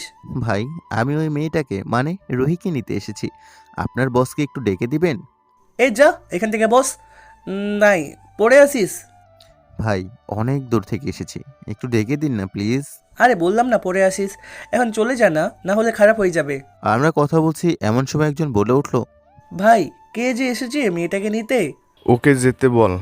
সে নাকি আপনার বাবার সাথে দেখা করবে। ছাড়বো না, যা এখান থেকে। এই ওরে বের করে দে তো। ওকে ভাই। বলেই সে এসে আমার কলার ধরে বাইরে টানতে লাগলো। আমার তো রাগ উঠে গেল। ভালো করে বললাম, শুনলো না, তাই দিলাম বাঁ হাত দিয়ে একটা চড়। ঠাস করে শব্দ হলো, সাথে সাথে ছেলেটার কান দিয়ে রক্ত পড়তে লাগলো। সবাই আমার দিকে তাকালো। আমি আবার বললাম, তোদের বসকে ডাক দে, আর না হয় ফোন দিয়ে আসতে বল। কেউ আমার কোনো কথাই শুনলো না, উল্টো আমাকে মারতে আসলো। না, আমিও দিলাম সবগুলোকে শুইয়ে। দ্বিতীয় নাম্বার ছেলেটা বলে উঠলো, বাবা তো এখন কি জানি কাজে গেছে। ফোন করে বল যে দাদা এসেছে, তাড়াতাড়ি বল, ফোন করে আসতে বল। আমরা বসে আছি, রাকিব গিয়ে রুহিকে আনলো। একটু পর কেউ একজন এসেই আমার পা দুটো জড়িয়ে ধরলো। আরে এ তো আমার দলের লোক ছিল, এর নাম তো বাদশা ভাই। পা ধরেই বলছে, দাদা সে ভুল করেছে, মাফ করে দিন, আপনাকে হয়তো চিনতে পারেনি, প্লিজ দাদা কিছু কইরেন না। হঠাৎ সেই ছেলেটা বলে উঠলো, বাবা তুমি সামান্য একটা ছেলের পা ধরছো কেন? আর এ আমাদেরকে মেরেছে। এই দিক দিয়ে আয় তাড়াতাড়ি, দাদার পা ধর যদি প্রাণে বাঁচতে চাস। এখনো আমার পা ধরে আছে। ভাই তুমি উঠো। দাদা আগে আমার ছেলেদের মাফ করে দাও, তারপর উঠবো। বাবা ওঠো, আজকে এই দাদা না ফাদাকে মেরে ফেলবো। সে উঠে গিয়ে তার ছেলেকে ঠাস ঠাস করে দুটো চড় মারলো। ভাই আমি আসি। আর এই আঙ্কেল, রুহির বাবাকে দেখিয়ে কোনো প্রবলেম হলে সেটা তুমি দেখো, আর ছেলেকে মাথা ঠান্ডা করে কথা বলতে বলো। তুমি না হয়ে অন্য কেউ হলে এতক্ষণে কি হয়ে যেত তা তো তুমি জানোই। ওকে দাদা। আমি, রাকিব, রুহি আর রুহির বাবা চলে আসলাম। রাত হয়েছে। তারপর আমি আর রাকিব বাইরে থেকে খেয়ে নিজেদের বাসায় চলে গেলাম। এর মধ্যে তিতুর ফোন আসলো। জানো বলো। রাগ তোর বালে জানো, এতক্ষণ কোথায় ছিলি? আরে রাগ করো কেন, রাকিবের সাথে ছিলাম। আমার কথা কি তোর মনে পড়ে কখনো? মনে পড়ে তো। আচ্ছা বাদ দাও, কি করো? কিছু না। তুমি রাতে খেয়েছো? তুমি? তুমি কি করো? আমি শুয়ে আছি তো। আচ্ছা একটা কথা বলবো? বলো। তোমার বাবাকে বলো তো লেডি কুইন নামে কাউকে চিনে নাকি? ওকে, বলবো নি, কিন্তু কেন? এমনি গো, বলো। ওকে। তারপর আরও কিছুক্ষণ কথা বলে ফোনটা রেখে দিলাম। ক্লান্ত লাগছে তাই ঘুমের দেশে পাড়ি জমালাম। এদিকে তিথু ভাবছে, মিস্টার নীল মেহরাজ ওরফে দাদা, তুমি তো জানোই না যে আমি নিজেই লেডি কুইন। আগে তুমি ওই কার্লোকে মেরে নাও, তারপর তোমার সাথে আমার বোঝাপড়া হবে। তোমাকে সেই লেভেলের পস্তাতে হবে আমার আপনজনকে মারা, তাই না? আমি তোমাকে দেখে নিব দাদা, বুঝবে আপনজনকে মারার দুঃখ কতটা কষ্টের হয়। চলে গেল 2 মাস 7 দিন। এই কয়েকদিনে একটি ড্রাগসের ব্যবসায়ীকে মেরে ফেলেছি। কয়েকটি ড্রাগসের ব্যবসায়ীকে মেরে ফেলেছি, যারা সবাই কার্লোর দলের লোক ছিল। সবার গায়ে MK এর সিল লাগিয়ে দিয়েছিলাম, যাতে করে সবাই জানে যে আমি সবাইকে মেরেছি। বসে বসে কফি খাচ্ছিলাম, এমন সময় রাসেল ফোন দিল। ভাই কিছু দিনের মধ্যে কার্লো তার দলবল নিয়ে আমাদের দেশে আসবে আমাদের মারতে। তোকে কে বললো যে সে আসবে? লেডি কুইংয়ের গ্যাং থেকে কে যেন ফোন করে বলেছে। ও তুই কি শিওর? 100% শিওর। আচ্ছা তোমরা কি আমাদের দেশের কার্লোর সব লোকদেরকে মেরে ফেলেছিলে? জানি না ভাই, মনে হয় কিছু লোক এখনও বেঁচে আছে। আর একটা কথা ভাই। কি কথা বলো? আজকে রাতে আমাদের উপর হামলা হবে। কার্লোর কিছু লোক আমাদের দেশে এসেছে। ও আচ্ছা, দেখি কি হয়। আজকে ওরা কতজন হামলা করবে? জানি না ভাই, তবে ওরা অনেক শক্তিশালী হবে, কারণ আফ্রিকার লোকজন অনেক লম্বা আর সব দিক দিয়েই শক্তির পাহাড়। প্রবলেম নেই, আমি আছি তো। আর শোনো, কার্লোকে আমাদের মারতেই হবে, কারণ তার জন্য আমার মতো অনেকে অনাথ হয়েছে। আমি জানি ভাই, আপনি কোনো চিন্তা করিয়েন না, কিন্তু আমাদের দলে কিছু শক্তিশালী লোক লাগবে। আমি সব কিছু ঠিক করে রেখেছি, এখন রাখলাম। আর সবাইকে আড্ডার চারপাশে থাকতে বলবি। ফোন রেখে দিলাম, তারপর কফিটা শেষ করলাম। এই কার্লোর জন্যই আজকে আমি অনাথ। আমার মতো, আর যাই হোক, আমার মতো কাউকে যেন অনাথ হতে না হয়, তার জন্যই আজকে যে করে হোক কার্লোকে মারতেই হবে। টেবিলে থাকা ফোনটা হাতে নিয়ে একটা নাম্বার বের করে কল দিলাম। কিরে, কি খবর তোর? আর খবর? কোনো কাজ নাই দাদা? এবার তোদের কাজের সময় এসে গেছে। কোনো কথা না বলে রাতে এই স্থানে চলে আসবি, ওকে? আর আমি যখন ডাকবো তোকে ফোন দিব, সবাইকে নিয়ে ভিতরে ঢুকে পড়বি। তারপর পরিস্থিতি তোদেরকে বলে দিবে কি করবি। ওকে দাদা। তোরা সবাই আসবি, রাখলাম বলেই ফোনটা কেটে দিলাম। আহ, কতদিন পর আবারও একটু মারামারি হবে। জানি না বাঁচবো কি মরবো। যাই হোক, আর যেভাবে হোক আমাকে বাঁচতেই হবে, কার্লোকে মারতেই হবে। দেখতে দেখতে 8টা বেজে গেল। আমি রেডি হয়ে নিলাম আড্ডায় যাওয়ার জন্য। আমার পছন্দের শটগান আর বার্মিসটা নিয়ে বাইকটা স্টার্ট দিয়ে চলে আসলাম আড্ডার ভিতরে। ভিতরে কেউই নেই, অন্ধকার হয়ে রয়েছে ঘরটা। আমি ফোনের ফ্ল্যাশটা অন করে ভিতরে যেতে লাগলাম। রুমের মাঝখানে যেতে দেখলাম অনেকটা জায়গা লাল লাল কি যেন পড়ে আছে। ভালো করে দেখলাম রক্ত পড়ে আছে। আমি আবার সামনে এগোতে শুরু করলাম। পায়ে কার সাথে যেন ধাক্কা খেলাম। একটা লাশ পড়ে আছে, উল্টো হয়ে থাকায় মুখটা দেখতে পাচ্ছি না। আমি লাশটা সিধা করতেই মুখটা দেখে তো আমি অবাক হয়ে গেলাম, কারণ এটা আর কেউ নয়, এটা হলো রাসেল। আমি সোজা হয়ে বসে পড়লাম। চোখ দিয়ে আপনা আপনি পানি পড়তেছে। হঠাৎ করে রুমের ভেতরে লাইটটা জ্বলে উঠল। রুমে কাউকে দেখতে পাচ্ছি না, রুমটা ফাঁকা। রাসেলের দিকে তাকাতে দেখলাম ওর বুকে থেকে রক্ত পড়তেছে। হঠাৎ হাতটা ধরতে দেখি হাতের তালু কাটা, বুকে কয়েকটা গুলি করেছে। হঠাৎ করে কে যেন বলে উঠল, এই সেই মাফিয়া কিংয়ের লিডার। পিছনে তাকিয়ে দেখি একটা মেয়ে কথাটা বলল, আর তার সাথে রয়েছে কতগুলো কালো কালো লোক, অনেক লম্বা, আর সবার পরনে সাদা ব্লেজার আর কালো প্যান্ট। আমি মেয়েটার মুখ দেখতে পাচ্ছি না, কারণ সে মুখে মাস্ক পরে আছে। হঠাৎ করে সে বলে উঠল, বয়েস, কিল হিম। আমাকে দেখিয়ে বলল। আমাকে কোনো কথা বলার সুযোগ না দিয়ে মারতে শুরু করলো। আমি আমার গানটা বের করে একজনের পায়ে মারলাম, কিন্তু তার কিছুই হলো না। একজন এসে আমার হাতে একটা লাথি মারলো, আর সাথে সাথেই আমার গুলিটা নিচে পড়ে যায়, সাথে বার্মিসটাও চট করে পড়ে যায়। আমাকে কয়েকটা মারতেই আমি পকেট থেকে ফোনটা বের করে দিলাম একটা নাম্বারে ফোন। সাথে সাথে রুমের ভিতরে সামনে কতগুলো লোক চলে আসে।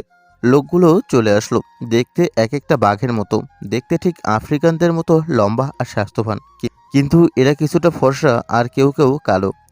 এরা সবাই হাত কাটা একটা কালো কালারের গেঞ্জি আর একটা 3/4 প্যান্ট পরে আছে। আমাকে মারতে দেখে আমি যাদেরকে ফোন করে আসতে বলেছি তারা এসে আমাকে সেভ করে আফ্রিকান লোকদেরকে মারতে লাগলো। আমি তাদেরকে বললাম সবাইকে মেরে দিতে, শুধু একজনকে বাদে। আমার কথা মতো সব লোকজনগুলো যাদেরকে ফোন করে আসতে বলেছি তারা আফ্রিকান লোকদেরকে মারতে শুরু করলো। আমার এই লোকদের কাছে আমি গান রাখি না, এদের কাছে আছে শুধু একটা করে বার্মিস আর একটা করে খুর। এরা আমার সহজে কাজে লাগে না, এমনকি এর আগে এদেরকে আমি কখনো কাজেও লাগাইনি। সবাইকে মারা শেষ। আমার দলের লোকজন বেশি হওয়াতে খুব তাড়াতাড়ি এদেরকে শেষ করা হয়েছে। তারপর আমি যে একজনকে বাঁচিয়ে রাখতে বলেছিলাম তাকে আমার সামনে আনা হলো। তা কি খবর বাবু? তোমাদের সাথে যে মেয়েটা ছিল সে কোথায় গেল, আর কে সে? হোয়াট? ও সরি, তুই তো আবার বাংলা বুঝিস না। Who this girl? I know him. Oh good, but you are finished. বলেই আমি হাতে থাকা বার্মিস্টার সুইচ টিপে গলার সামনে দিয়ে দিলাম একটা টান, আর সাথে সাথেই তার মাথাটা গলাটার পিছনে থেকে ঝুলে পড়ে গেল। তারপর আমি রাসেলের লাশের পাশে আসলাম। কপালের দিকে তাকাতেই আমার চোখ কপালে উঠে গেল। দেখলাম LK লেখা। আমি তো চিন্তায় পড়ে গেলাম, রাসেলকে মারলো কে? এখানে তো এসেছে গ্যাংস্টারের লোকজন, তাহলে রাসেলের কপালে GS থাকার কথা, কিন্তু এখানে যে LK লেখা, এই LK এর মানে কি? এটা আবার লেডি কুইন নয় তো? আরে লেডি কুইন তো রাসেলকে সাহায্য করেছে, তাহলে একে মারতে যাবে কেন? হতে পারে লেডি কুইন রাসেলকে মেরেছে। আর এখানে তো একটা মেয়েও দাঁড়িয়েছিল, তার মানে লেডি কুইনই রাসেলকে মেরেছে। এটাই হবে, কারণ লেডি কুইনের শর্ট হলো LK। তাহলে লেডি কুইনও গ্যাংস্টারের সাথে মিলে আছে। এখন সব বুঝলাম। রাতে রাসেলের দাফন কাফন শেষ করে কবর দিয়ে দিলাম। তারপর আমি সকলকে এখানে আড্ডায় থাকতে বললাম, আর আমি এদের লিডার জয়কে কিছু কথা বলে চলে আসলাম বাসায়। বাসায় আসতে আসতেই রাত 3:30 বেজে গেছে। তাই তিথুকে আর কল দিলাম না। সোজা শুয়ে পড়লাম। ঘুমও আসছে না। মাথায় শুধু একটা চিন্তায় ঘুরপাক খাচ্ছে, আর সেটা হলো লেডি কুইন। কে এই লেডি কুইন? গ্যাংয়ের লিডার? আর কেনই বা রাসেলকে মারলো তারা? রাসেলকে মেরে তার কী লাভ? শুয়ে শুয়ে এসব ভাবছি, এমন সময় আমার ফোনে একটা SMS আসলো। আমি ফোনটা হাতে নিয়ে SMSটা ওপেন করলাম। তার ভিতরে লেখাটা দেখে আমার তো চিন্তা আরও বেড়ে গেল। কারণ সেটাতে লেখা আছে, আপনজনদের লাশ সামনে পড়ে থাকলে কেমন লাগে? আমি তো কিছুই বুঝতে পারছি না। আমি আবার কার আপনজনকে মারলাম? আরও একটি দিন এমন SMS আমার ফোনে এসেছিল। আমার চিন্তা যেন বেড়ে গেল। কারণ প্রকাশে বড় শত্রুর চেয়ে লুকানো ছোট্ট শত্রু অনেক ভয়ানক হয়। কিন্তু কে এই লুকানো শত্রু? আমার সাথে কার এত শত্রুতা যে আমাকে মারতে গ্যাংস্টারের সাথে হাত মিলিয়েছে? এসব ভাবতে ভাবতে কখন যে ঘুমিয়ে গেলাম তা আমার নিজেরও জানা নেই। সকালে ফোনের শব্দে ঘুমটা ভেঙে যায়।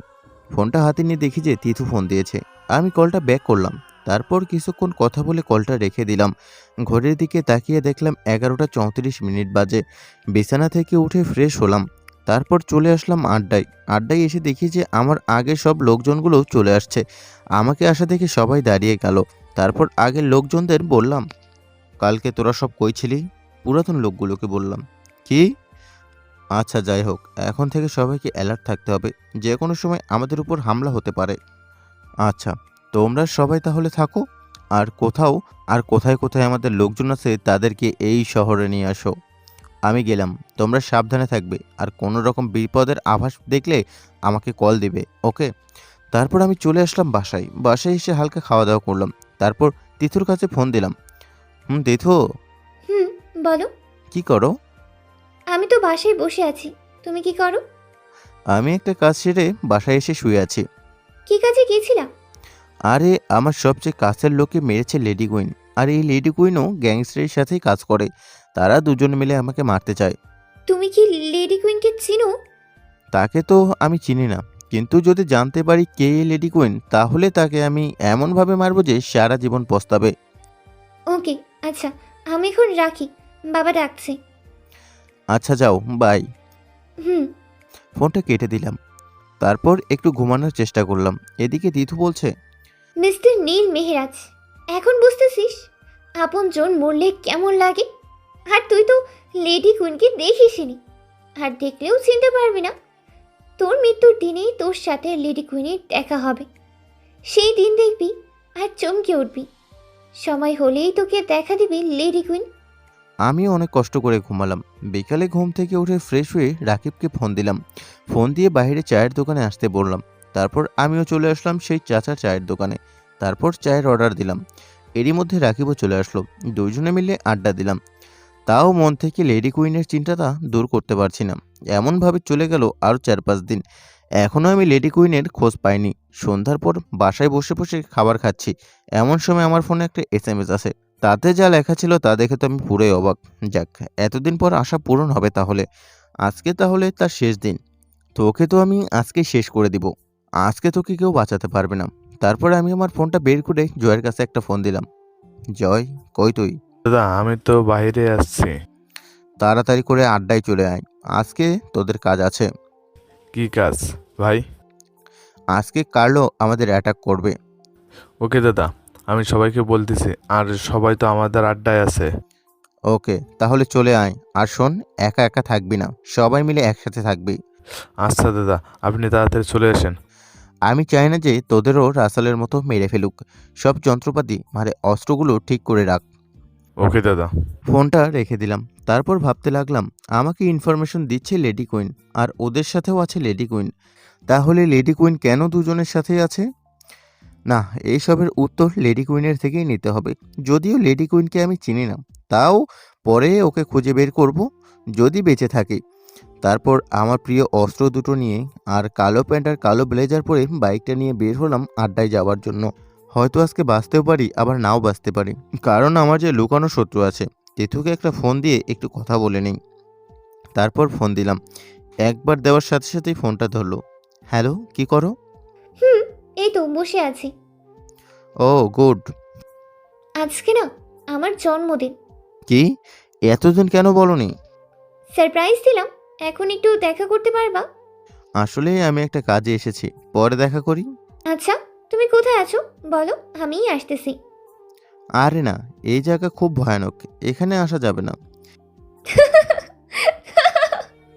আমি তো আসবই, তোকে মারতে হবে যে। কি বললে তুমি?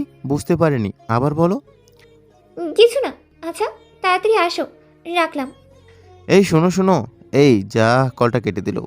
উইশটাও করতে পারলাম না। চলে আসলাম আড্ডায়, এসে দেখি সবাই বসে আছে। আমাকে আসা দেখে জয় বলতে লাগলো, ওকে ঠিক করেছিস। এখন শোনো তাহলে সবাই, আমি কি বলি শোনো। যদি আমি মারা যাই তাহলে তোমরা আমার জন্য আর এখানে থাকবে না, সোজা নিজেদের এলাকাতে চলে যাবে। তোমরা সবাই মিলে নিজেদের এলাকাতে যাবে, ওকে? আর আমি যতক্ষণে আছি ততক্ষণ আমার সাথেই থাকবে, ওকে? আর আমি জয়ের অ্যাকাউন্টে টাকা পাঠিয়ে দিচ্ছি, যা দিয়ে তোমাদের সবার ভালো মতো করে জীবনটা কেটে যাবে। জয়, টাকাগুলো সবাইকে দিয়ে যা বাঁচবে তা তুই রেখে দিস। আর কোনো কথা বলতে পারলাম না, এমন সময় শুনতে পেলাম কে যেন হ্যান্ড মাইকে বলতেছে, মাফিয়া কিং, তোমার খেলা শেষ। আমি তোমাদেরকে চারিদিক থেকে ঘিরে নিয়েছি, তোমার আর পালানোর কোনো জায়গা নেই। আমাদের কাছে আত্মসমর্পণ করো। আমি সবাইকে লুকিয়ে পড়তে বললাম। আমার কথা মতো সবাই পজিশনে লুকিয়ে পড়লো। আমি একটা চেয়ারে বসে দরজার দিকে তাকিয়ে থাকলাম, কে কাড়লো এটা দেখার জন্য। হঠাৎ করে প্রায় 70 থেকে 80 জন আফ্রিকান লোক আর বাংলাদেশের লোক ভিতরে ঢুকে পড়লো। আড্ডাটা বড় হওয়ার কারণে কোনো সমস্যাই হলো না সবার একসাথে ভেতরে আসতে। হঠাৎ করে একটা লোক পিছনে থেকে সামনের দিকে আসতেছে। লোকটার মুখ দেখতে পাচ্ছি না, কারণ সে একটা রেইনকোট পরে আছে। আর পিছনে থেকে কে যেন তার পিঠ বরাবর একটা লাইট ধরে আছে। লাইটে ধরার ফলে আমি রেইনকোটটা পরা লোকটির মুখটা দেখতে পাচ্ছি না। এতক্ষণে এটা বুঝে গেছি যে এই লোকটাই হলো কার্লো। কার্লো আমার সামনে চলে আসলো, আর তার লোকজন সবাই আমার দিকে বন্দুক তাক করে আছে। কার্লো বলতে লাগলো, তাহলে তুই আমার লোকজনকে মারতেছিস? আমি তো অবাক, কারণ কার্লো তো আফ্রিকান, তাহলে বাংলা জানে কেমনে? আমি অবাক হয়ে ওর দিকে তাকালাম। অবাক হচ্ছিস আমার বাংলা দেখে? আরে অবাক হোস না, কারণ আমিও বাংলাদেশি। আমি অবাকের পর অবাক হচ্ছি। আসলে আমিও আগে বাংলাদেশে ছিলাম, কিন্তু আমার শ্বশুরবাড়ির কিছু লোকজনকে মেরে আমি আফ্রিকায় চলে গিয়েছিলাম। আমি টাকা আর ক্ষমতার জন্য নিজের শ্বশুর শাশুড়িকে মেরেছি। তারপর আমি আফ্রিকায় চলে গিয়ে সেখানে রাজ করতেছি ও ড্রাগসের সাম্রাজ্য করে তুলেছি। টাকা আর ক্ষমতার, তুই তো তোর শ্বশুর শাশুড়িকে মেরে দিয়েছিস, তাই না? এত কথা বাদ দিয়ে তুই আমার দলে চলে আয়, তোর যত টাকা লাগে আমি দিব। তোকে মেরে তোর দল থেকে তোকে বের করে দিব, বুঝলি? ওকে, তাহলে মর। বলে তারপর কার্লো তার লোকজনদের আমাদেরকে মারতে পাঠালো। আমার ইশারায় আমার লোকজনগুলো সবাই গুলি করতে থাকে, ওরাও গুলি মারে। এতে আমার আর কার্লোর কিছু লোক মারা যায়, আর আমি গিয়ে কার্লোকে মারতে থাকি। ভিতরে গোলাগুলির শব্দ শুনতে পেরে বাইরে থেকে আরও 60 থেকে 70 জন লোক ভেতরে আসে। এগুলো তো আমার লোক না, তার মানে এগুলো কার্লোর লোক। আমার লোকজন তো আর মাত্র 30 থেকে 35 জন বেঁচে আছে। এখন কি করি? আমি গিয়ে কার্লোকে ধরে ওর মাথায় গুলি ধরি। তারপর কার্লোর লোকজন আমার দিকে গুলি মারতে থাকে। একটা গুলি এসে আমার কাঁধে লাগে। তখনই আমি আমার লোকজনদেরকে বলি চলে যেতে, তারা তো যাবেই না। পরে সবাইকে পাঠিয়ে দিলাম। তারপর আমি লাইটগুলোকে বন্ধ করে রুমটা অন্ধকার করে দিলাম। বার্মিসটা বের করে অন্ধকারে প্রায় 30 থেকে 40 জনকে মেরে দিলাম বার্মিস। আবার মারতে শুরু করলাম। হঠাৎ করে কোথা থেকে একটা লাইটের আলো আবার মুখে এসে পড়ে, আর আমি চোখে ঝাপসা দেখতে শুরু করি। পিছনে থেকে কে যেন আমার মাথায় বাড়ি মারে একটা রড দিয়ে, আর আমি ফ্লোরে পড়ে যাই। বাইরের দিকে তাকালাম, কে এই লাইটটা মারলো এটা দেখার জন্য। যে লাইটটা মারছে সে আমার সামনে আসতেছে, আর আমি উঠে দাঁড়াতে পারতেছি না। শরীরে কোনো প্রকার শক্তি পাচ্ছি না। হঠাৎ করে লাইটওয়ালা লোকটা আমার সামনে চলে আসলো। এসে যা দেখলাম আর সে যা বলল তাতে আমি পুরোই শক খেলাম। কোনো কথাই মুখ দিয়ে বের হচ্ছে না, চোখ দিয়ে শুধু পানি পড়তে লাগলো। জীবনে এই প্রথম এতটা ধোঁকা খেলাম, ভাবতেই পারিনি। আসলে যে লাইটটা মেরেছিল সে হলো তিথু, আর সে বলল, কি খবর মিস্টার নীল মেহরাজ?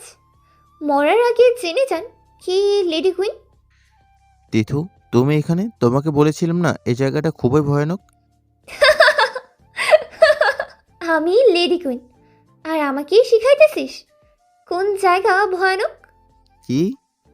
হুম তার মানে তুমি রাসেলকে মেরেছো, তাই না? হুম কেমন লাগে আপন কারোর মরা মুখ দেখতে?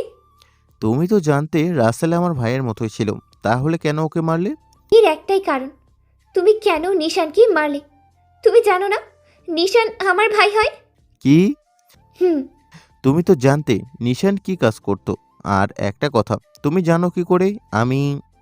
এই তুই চুপ থাক।